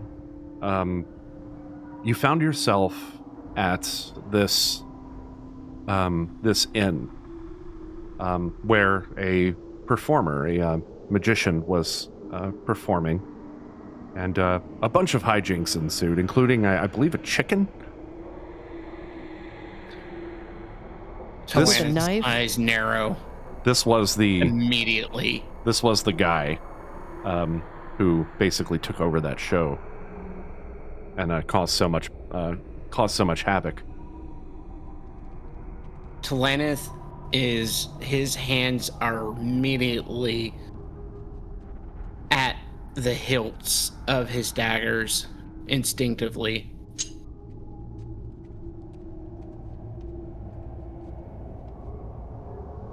The next character has his hood down, and I don't know how many of you will recognize this character, but he definitely recognizes you. Rollo Tanglestrand. He carries a scythe or a hand scythe, and he seems to be something a little different about the old farmer. He seems more focused, but he bears the same grimace that you remember seeing on his face last you saw him. Finally, and this one probably comes as the worst surprise for you, Tess. Although the picture does not depict it, he is wearing a red robe, hood drawn, but Bogram Zethergill stands on the stage behind Helthius. Oh, no. Uh-oh. Bagram.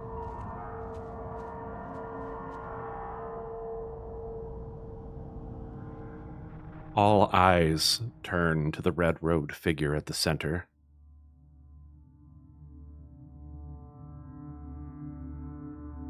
You stand at the crossroads of history.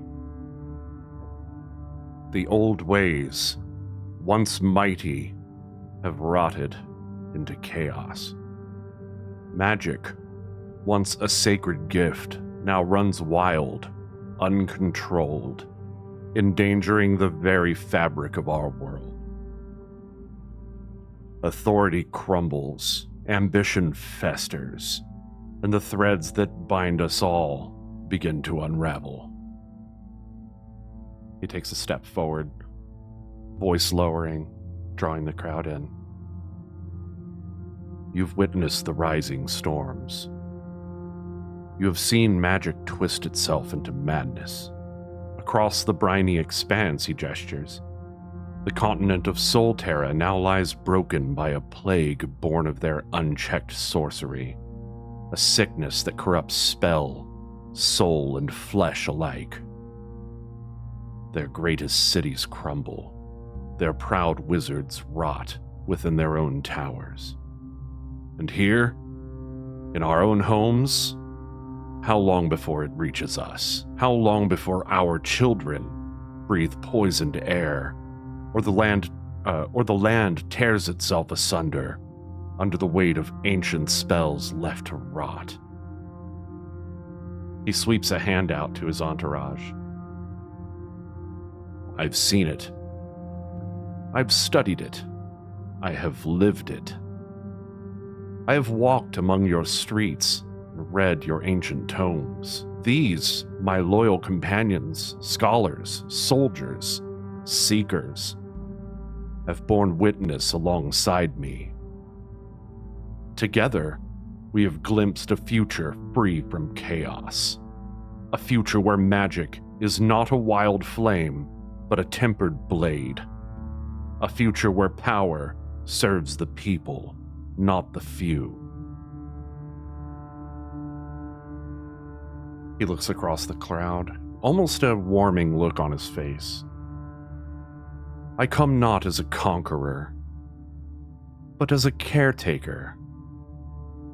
You hear murmuring from some of the nobles.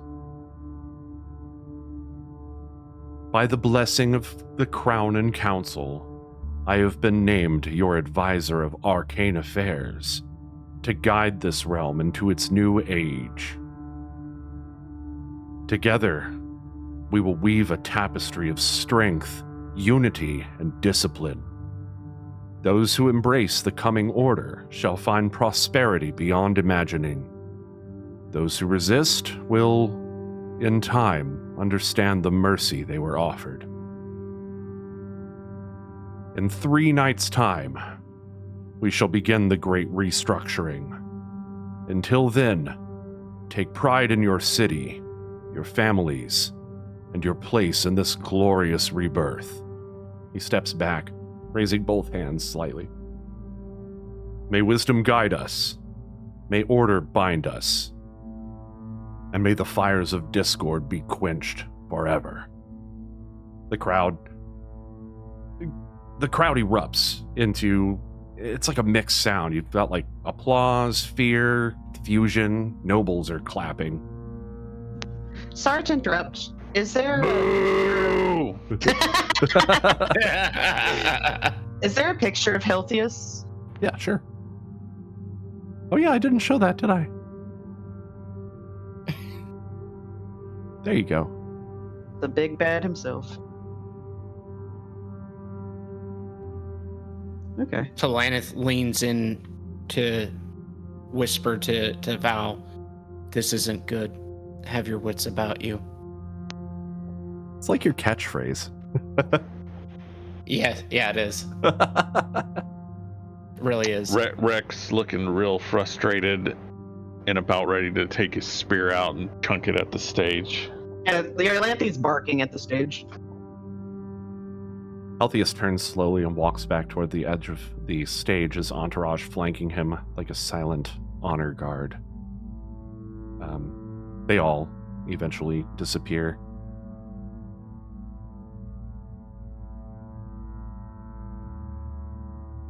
Well, this town is, Fucked, as they say. I wasn't gonna put it that way, but that's exactly the word that I was looking for. We either need to get the hell out of here or kill him. And I'm not one for just killing randomly, but I don't know if this city is turning to these people. I think we're better off not being around it. What about Bogram? Yeah, by any chance did he look possessed? No? I mean, we saved that man on multiple occasions. He's with them. But what if he's there against his will? That is a good point. Do you think, kind of hushing his voice, realizing maybe I'm talking out a little bit too loud, he says, do you think that Healthius is using him to play against us? That could very well be. He is Interesting to see. manipulative. Also interesting to see Rolo there.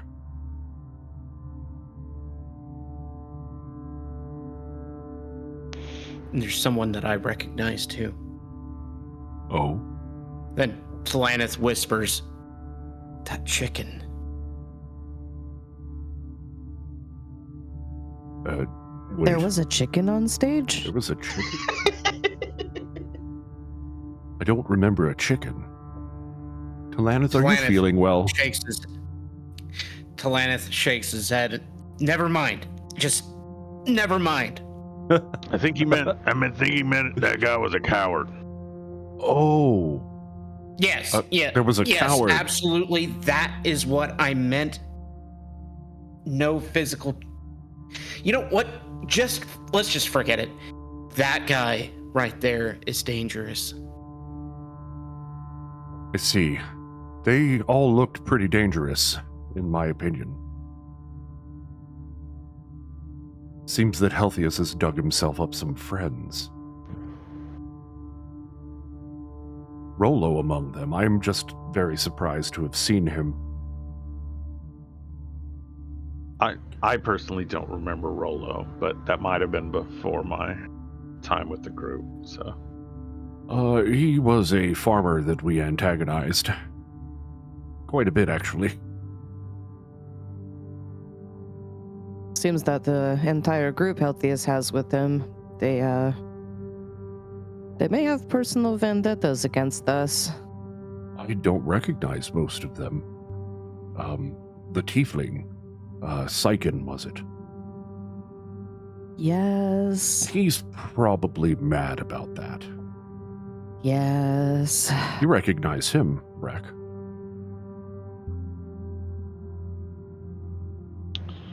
Which one was that? He was the okay. he was the guy that sent you to go basically rob this fucking hellish manufactory to get weapons for Oh, a that purpose that guy. he never Okay. described, but you kind of learned just like in the city there that he was like wanted for like trying to kill like higher devils. Okay, yeah. We ended up like abandoning that contract, and I think we took like a portal or something out of Avernus. And all the hellish stuff with you. Yeah. I'm still wearing some of You are.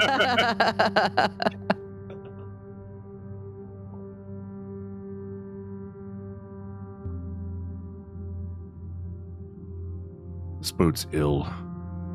Wolflanthe kind of cautiously approaches the stage and is just sniffing furiously, like she's trying to catch the scent of every single person that was on the stage. Go But ahead she and also roll. goes, pees on the stage. Go ahead and roll. You pee on the stage. A God guard damn. seeing you pee on the stage, like, kind of like comes over, spear in hand.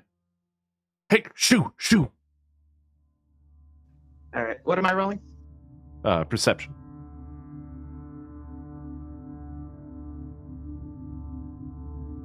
Am I advantage since it's a smell-based one, or? Yup.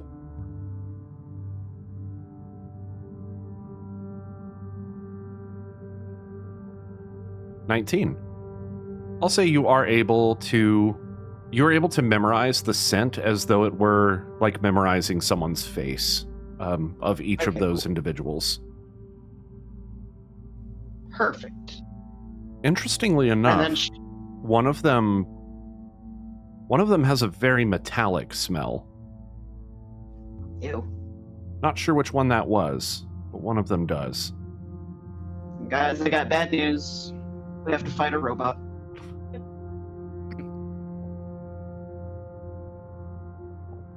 Okay, so Yolanthe gets the smell. She does her spiteful pee on the stage. The guard chases her away, and she scampers back to the group.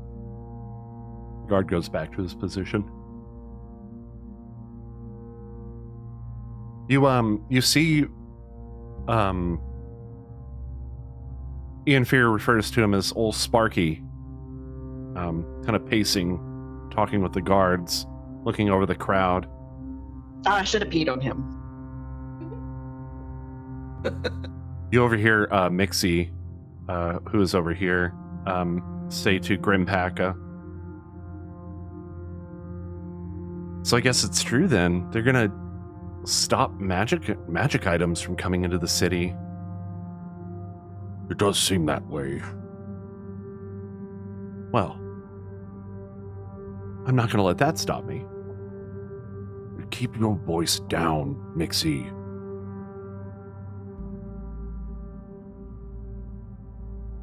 Everyone, please go ahead and roll a perception check.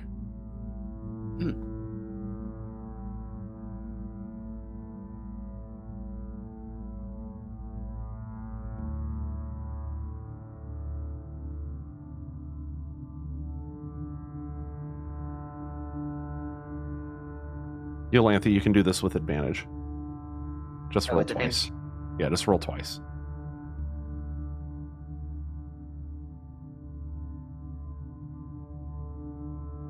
Oh, Bam! oh. Look at that. Galanith, Yolanthi. The crowd is murmuring to each other.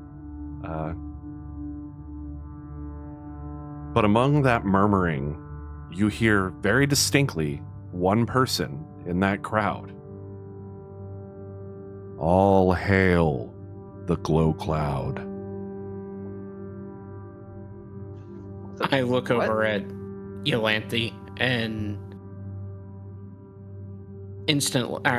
just mouth. Did you hear that? Oh? Head tilt. Yeah. She heard it. She doesn't understand it, though. She doesn't know what that is. What did you hear? Should we actually... I don't know. I don't know if it's safe to mention here. Do you want to head back to the tavern? I think that might be best. We're all in Do we danger. see who said that? No, you just overheard it. No. Could I smell who said that? No, that's not how that works at all.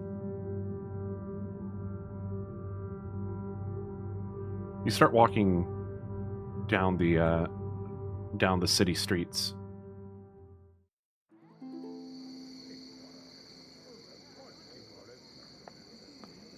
It's almost as though everything that just happened is just kind of a figment of the day. It's like you hear whispers about this advisor as you walk through the city.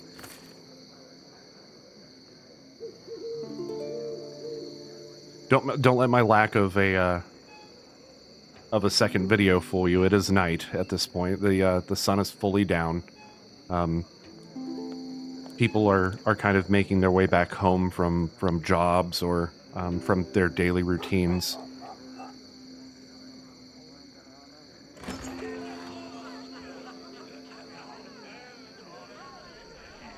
What do you think it all means? How do you think this connects? Talanith looks thoughtfully down at the ground and whispers, "All hail Glow Cloud."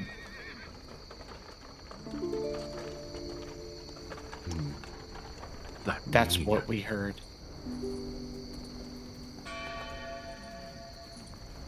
Val kind of starts looking around. Could that flash, that pink flash from earlier, could that be related to this glow cloud? That's as good a guess as any, I suppose. What is a glow cloud? Whatever it is, it sounds sinister. I agree. All hail. Like it's some sort of deity? I've never heard of such a thing. What could it all mean? Talanith goes to his normal thinking pose, tossing the eye up and down. It lands over and over in his hand with a sickening splat.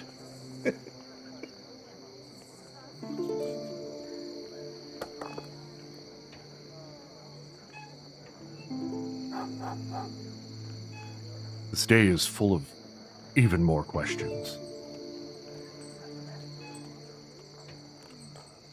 And here Tesla's hoping for answers.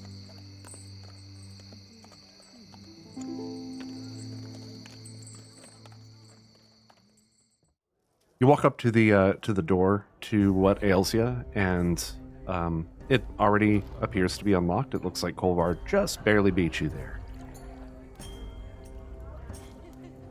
You open up the door and walk inside, and Kolvar is already polishing that same mug. He looks up. What time is it at this point? The only one he has. It's evening. I'd say it's probably about 8, 9 p.m.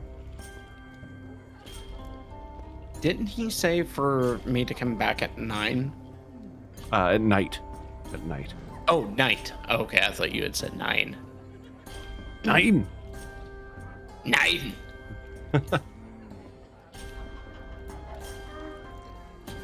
Kolvar, as you all walk in,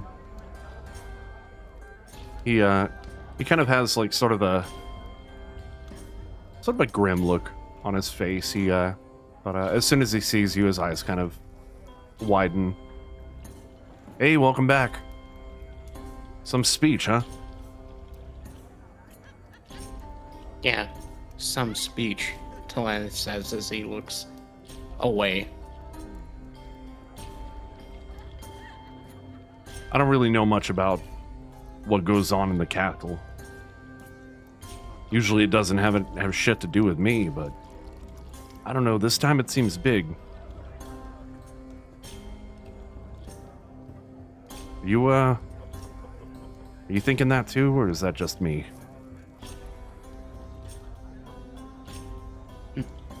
Talana just shrugs. Get you a drink? I think that might be a good idea.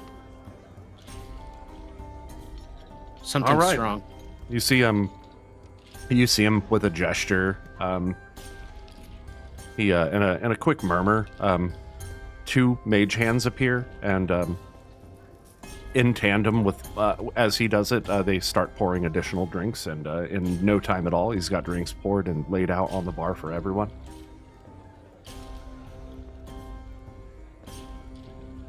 I think by this point, Yolanthe would decide to come back out of wild shape now that we're back at the tavern. It'd be kind of awkward to drink ale from a bowl. Slurp, slurp, slurp, slurp. Slurp, slurp, slurp, slurp. Slurp, slurp. Be messy. Hey, actually, that is a question I've been meaning to ask, because there's a lot of things that animals aren't really supposed to eat that humans can eat or drink, I guess. Like, if Yolanthe has, like, I don't know if chocolate exists or not, but, like, if Yolanthe ate some chocolate and then wild-shaped, would she die? That is probably not. Or I'm gonna go with Wolflanthe not. eat chocolate? Yeah, I'm gonna go with probably not. I'm gonna like you. You Okay. probably do gain the. I get like the animalistic like desire to eat those certain types of foods that are good to that kind of an animal. You know, the ones like fatty meats, that sort of thing. But like, I would think with magic being involved that you wouldn't have to worry about that sort of thing because, yeah, I don't know. That is a good question though. Well, like, because we canonically, like, Wolflanthe has eaten like other animals, and then Yolanthe was fine, but she learned how to time it so that she didn't get like an upset stomach from having dead animal in her stomach. So I guess the reverse could be true, right? Yeah, fair. I don't know. I don't know. I'll look into that. I don't have an opinion on that yet, but I will. Can druids eat chocolate? Can druids in dog form eat chocolate? Well, in any case, she unshapes. You transform back. Yeah, I always forget if I have to use the second wild shape for that or not.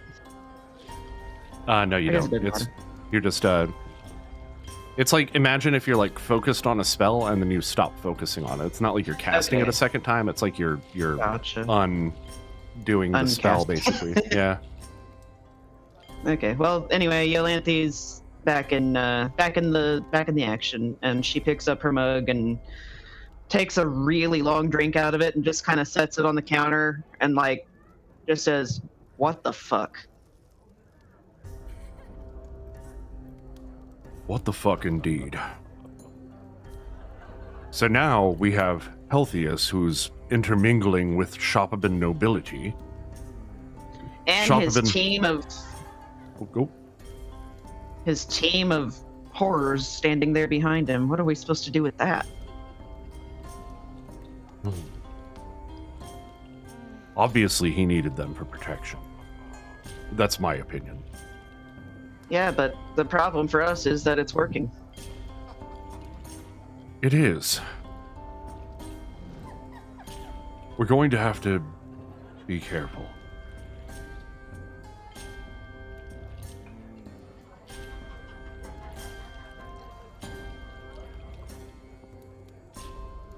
This should be interesting. I'm worried about Balgrim. Thinking that he might be being controlled or manipulated in some way. A terrifying thought. It does seem like he might be held captive. I don't think that he would willingly do this.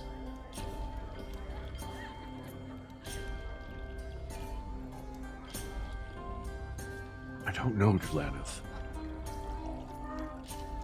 Sometimes all it takes to turn a person against their own ways is coin.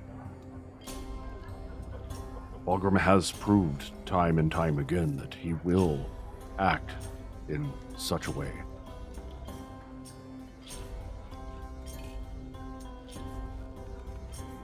At times even going against his own best interests. But this is all just speculation. I want to believe that Balgrim is a good person. Seeing Syken again, that's troubling. How would Healthius have known?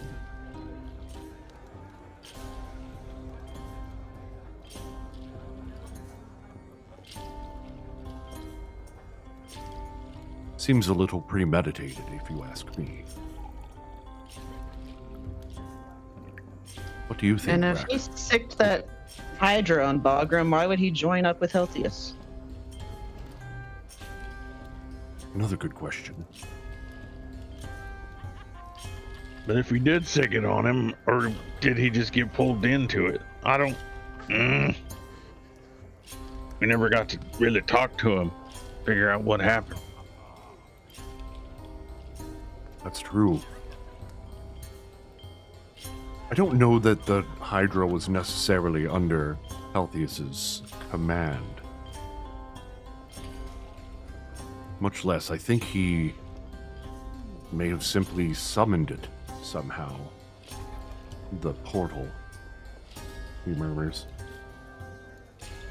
Well, out of who was on that, do you think we'd be able to find, let's say, Balgrim and talk to him alone?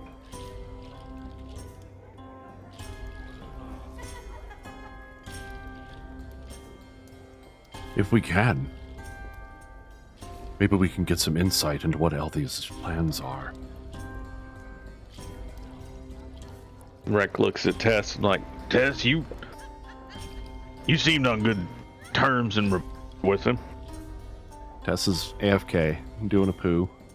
I know, but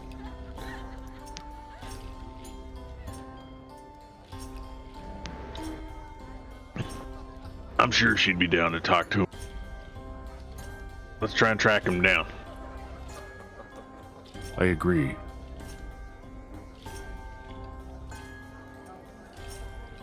Balthaelin takes another long drink from his drink.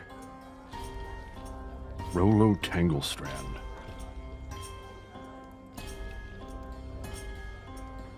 Of all people, why Rollo? Why would he bring Rollo into this?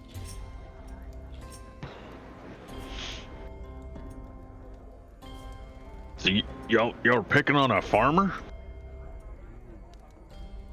Rollo was causing a scene at a bar in Bunavar. Ianfear cast a charm spell, I believe, charm, on him. And Rollo told us of a cave that he found that he believed held some sort of treasure. It did not. But we did find another one of the Dwagar inside, opening yet another portal. The very portal that we came back through from the Nine Hells.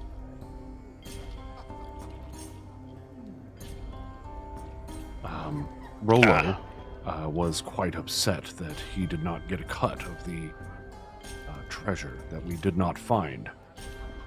He felt as though we used him. Which perhaps we did, in a way. What with the charm spell that... we may have got him into a little bit of trouble with the Boonover nobility as, well, as you are already aware, the Dwagar summonings that had been taking place in Solterra were, well, sort of a big deal. And Govin took that very seriously.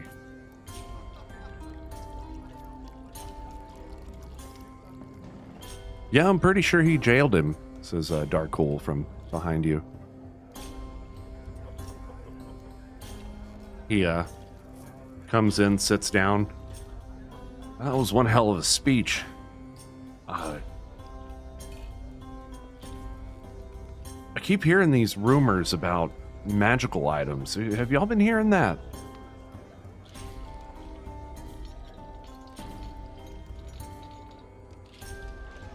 Yeah, I've heard somebody saying something about it, but that don't seem to make any sense. I mean, the whole magic issue being a thing, but even when you make something, it's there, it's a thing.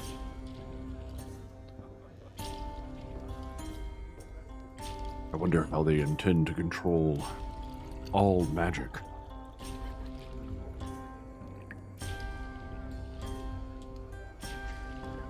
They can't have my eye.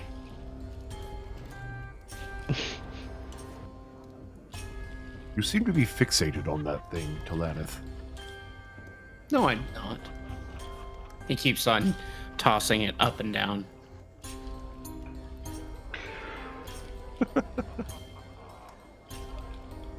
Oh, man. Well, hold that aside.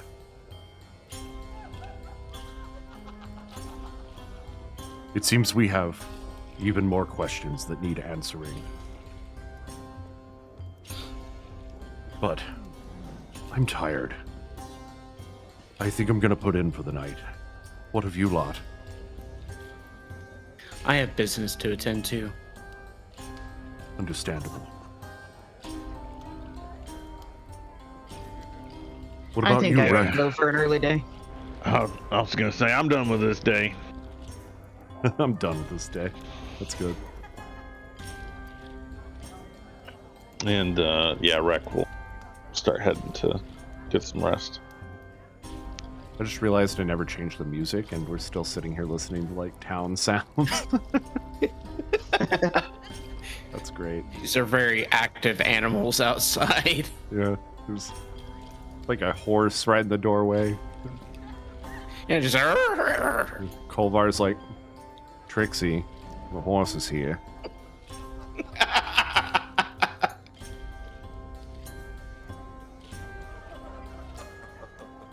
I understood that reference.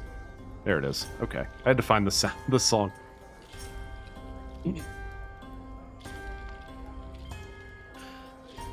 Then, tomorrow we'll set out, try to locate Bagram.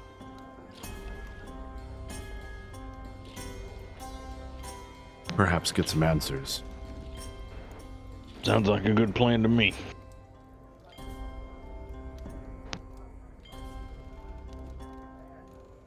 I'd like everybody to go ahead and roll a perception check.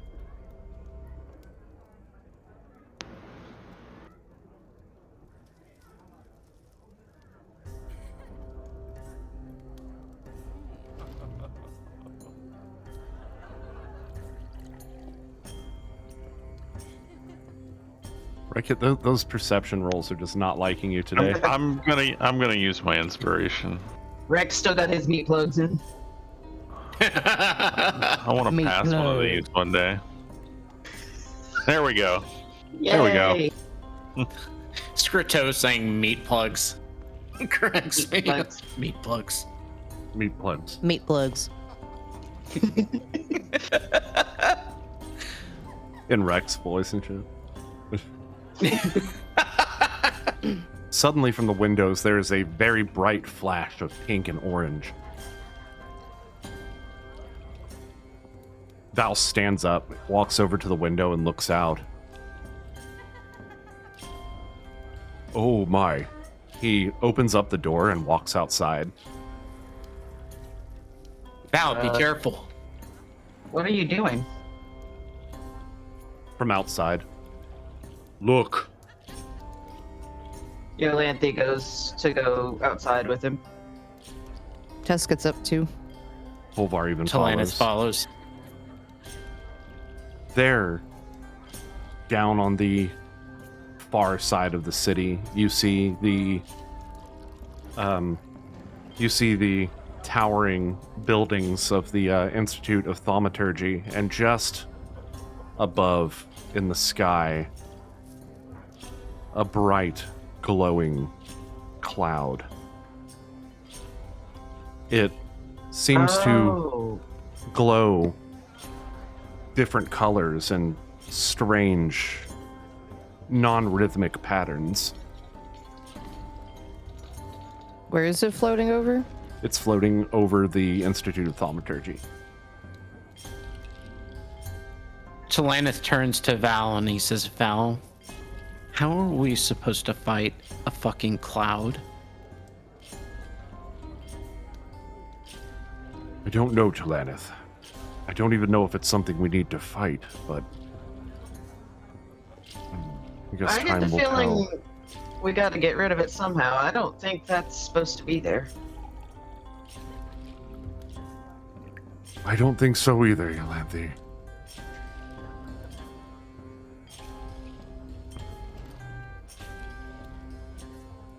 I'm going to sleep. He fucking, like, just storms inside. Seriously, if any more And yells weird at shit Cloud. happens. I understood that reference. Yeah.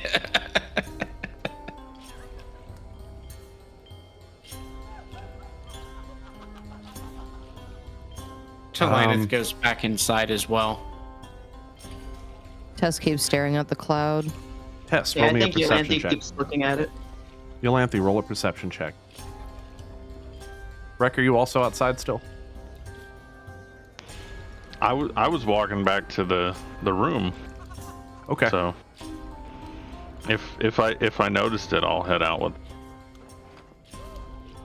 Yolanthe, from just behind you, and Tess, Yolanthe, from just behind you hear the following. What? It's a psst. Oh. So she whirls around and says, "Who's there?" You look around, there's nobody.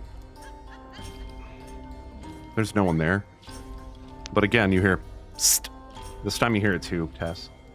Seems to be coming from the roof. Okay, she looks up. Tess also looks up. There's a little cat perched right on the edge of the roof looking down at you. It's fully black, Oh, staring down at you. Six. Psst, psst, psst, psst, psst, psst, psst, psst. Yeah, Yolanthe's like, "Oh, it's just a cat." Wait, Nope. a talking cat? Don't patronize me. A talking Well, I'm cat. Sorry, but okay, hold on. This day is ridiculous. We just had a flashing cloud appear up above the library we're not supposed to go to, and now there's a cat talking to us. Tess, what is going on? Tess really wishes she knew. You see this Are cat you- too, right? Are you a friendly talking cat? She calls up to the cat. I'm not a cat. You look The, like a cat.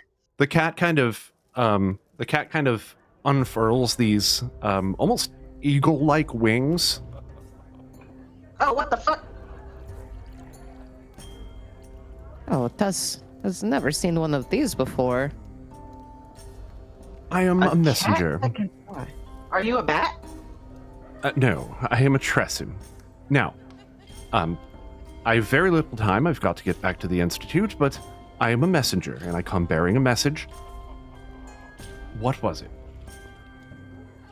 Shit. Oh, good. Oh, right. There's a strange glowing cloud. No, wait, that's Oh, not gee, it. thanks.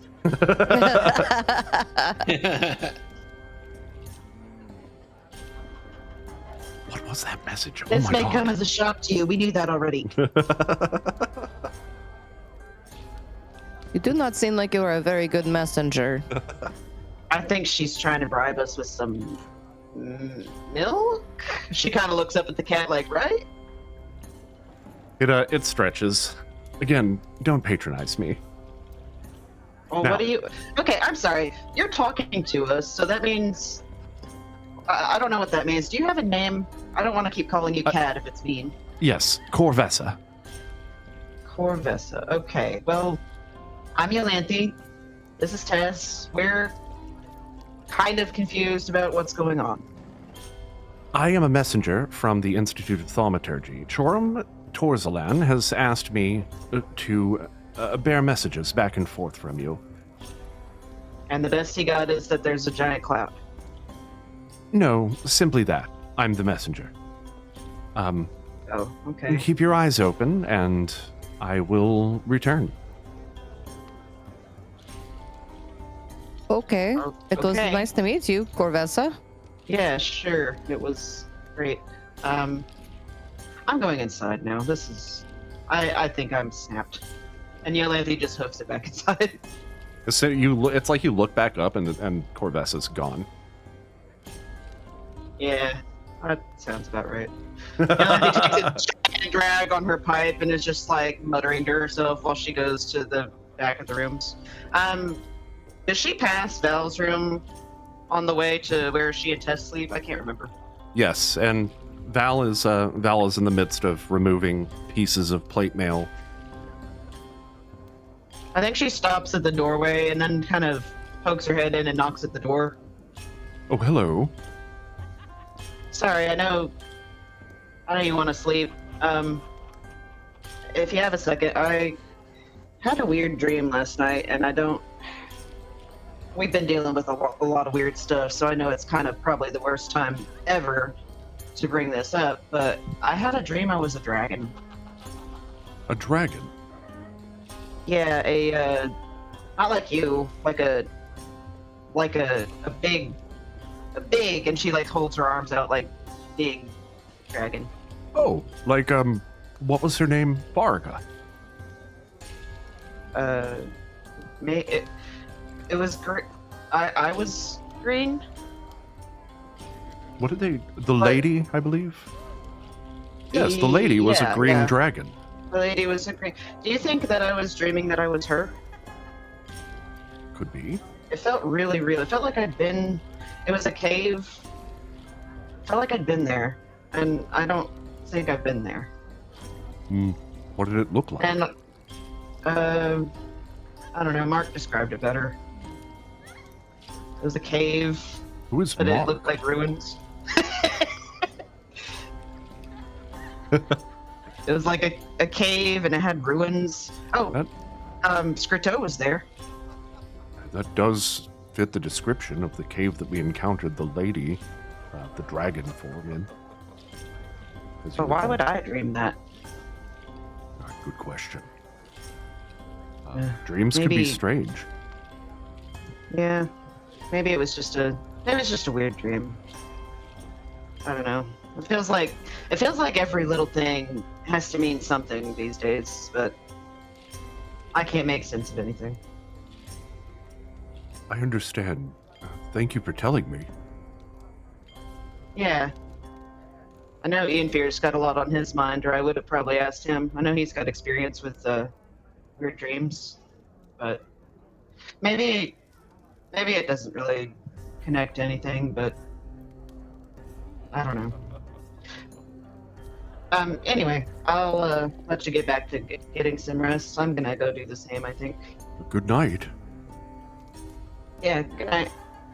And then Yolanthe heads to the bedroom and kind of plops down in her little. I kind of like picture that she has like a pillow on the floor that she just kind of sits on and leans against the wall to do her trance state in. Okay. And she just gets herself settled in. Planeth, the patrons all have vacated the premises for the evening. Kolvar leans over the bar to you. So, what was the cheese for? Never mind that. Is he here? I'll go look. He, disappears into the back room. Before long, you see him reappear in the doorway, and he gestures to you to come inside. I walk over.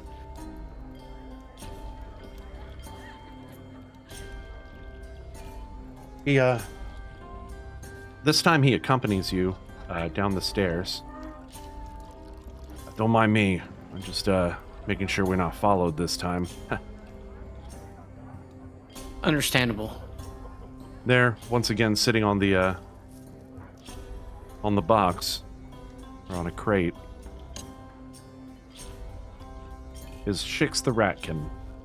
His tail kind of slightly curled around one ankle. He sees you. Hey, there he Good is. to see you again. You too. Yeah, you're safe. That's good. That's good. What'd you learn? I learned that it might be that they might be controlling people. Was it people with magic? VG? It's like magic items and artifacts and enchantments that they're going to be restricting, like, usage, and they're going to be confiscating, and they're going to be preventing from entering or exiting the city. Okay, thanks. Sorry, it had been a little while. So he explained, Talaneth looks at him, he says, it looks like there's plans to restrict the use of magical items.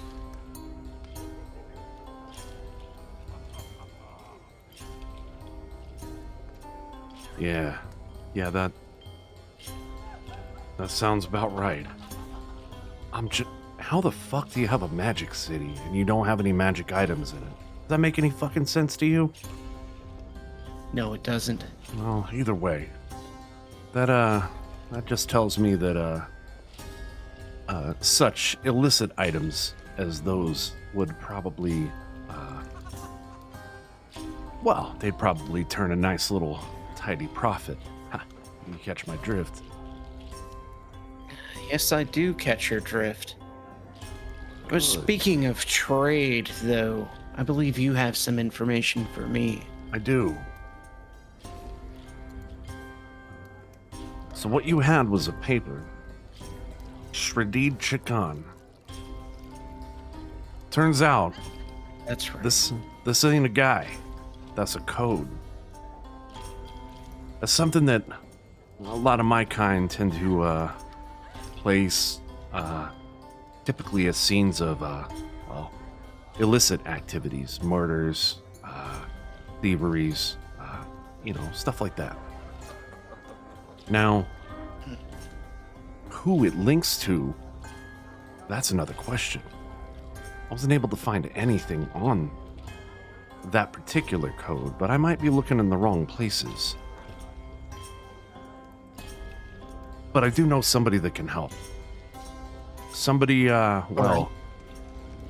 way above me. But, I might be able to get you an audience, and, you have to get through Milano first. That's usually not easy. Milano? Yeah, Milano. He's, bodyguard sort. I see. Well, And where do I find this Milano? well, for that, I think I'm gonna have to give you a little tour where I live. All right. Not right now. Let's say tomorrow night. You gather up your friendos. Meet me back here.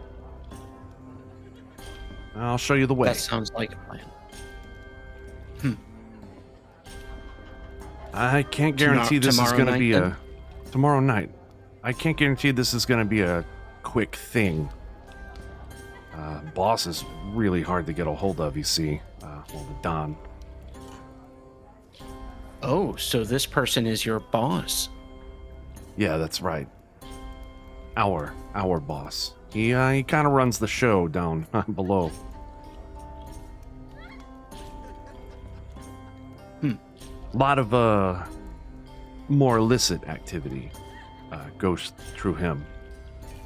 I think you catch my drift. I do, and I don't care about that. I just want to know more.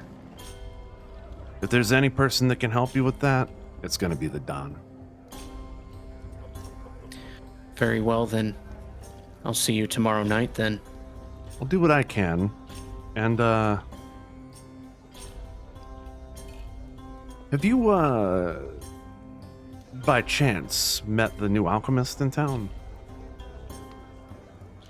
We've met her. You, Whatever. you think you could get us in touch? I'll see what I can do. All right. Talanith, you're a good guy. Kolvar was right about you. Talanith smiles, and he says, "Oh, I forgot one more thing." Hey, go ahead.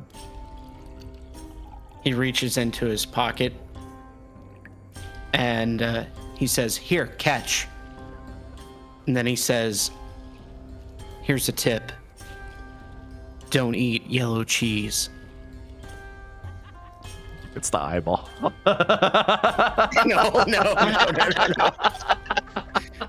It's like, what the fuck?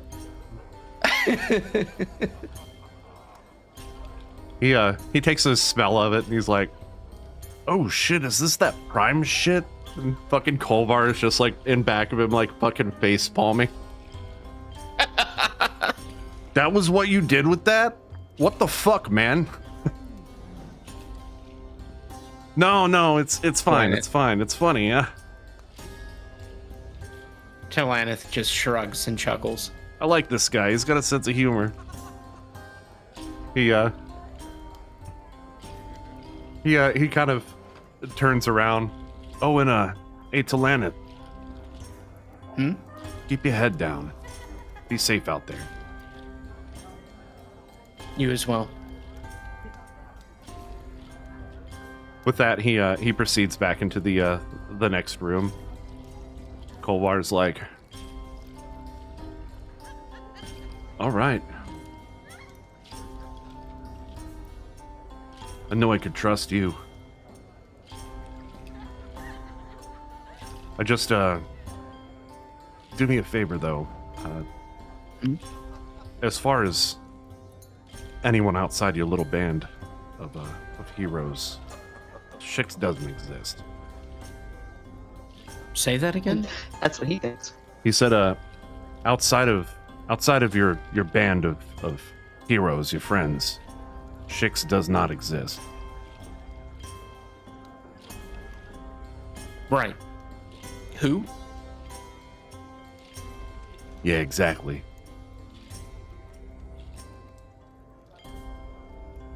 Talanith walks back to his room now.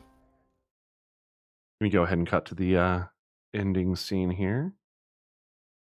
And with that, we had a couple. Or what did we have? Just the one question in chat this time. Was anybody keeping track of that? I think it was just the one. It was just the one, yeah. Just one. Valphalin, who in the party do you think... I'm going to turn off the music. Who in the party do you think is the best cook, and who is the worst? I'd have to give that some thought. I do fancy myself a decent cook. But I think of all the food that I've eaten, Rex was probably the best. He has a way of roasting fish, you see. I've not had anything like it. So simple, but so tasty. Worst cook. That one's difficult. I'd probably go for Tess. I'm honestly not sure how she survived on the road by herself, as long as she traveled.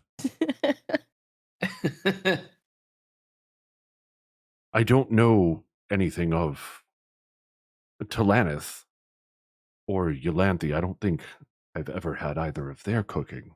I wonder what it would be like, though. I wonder if there are some traditional drow meals or Eladrin meals, as it were, they might know that would be interesting. Eyeball stew. Fuck off. Only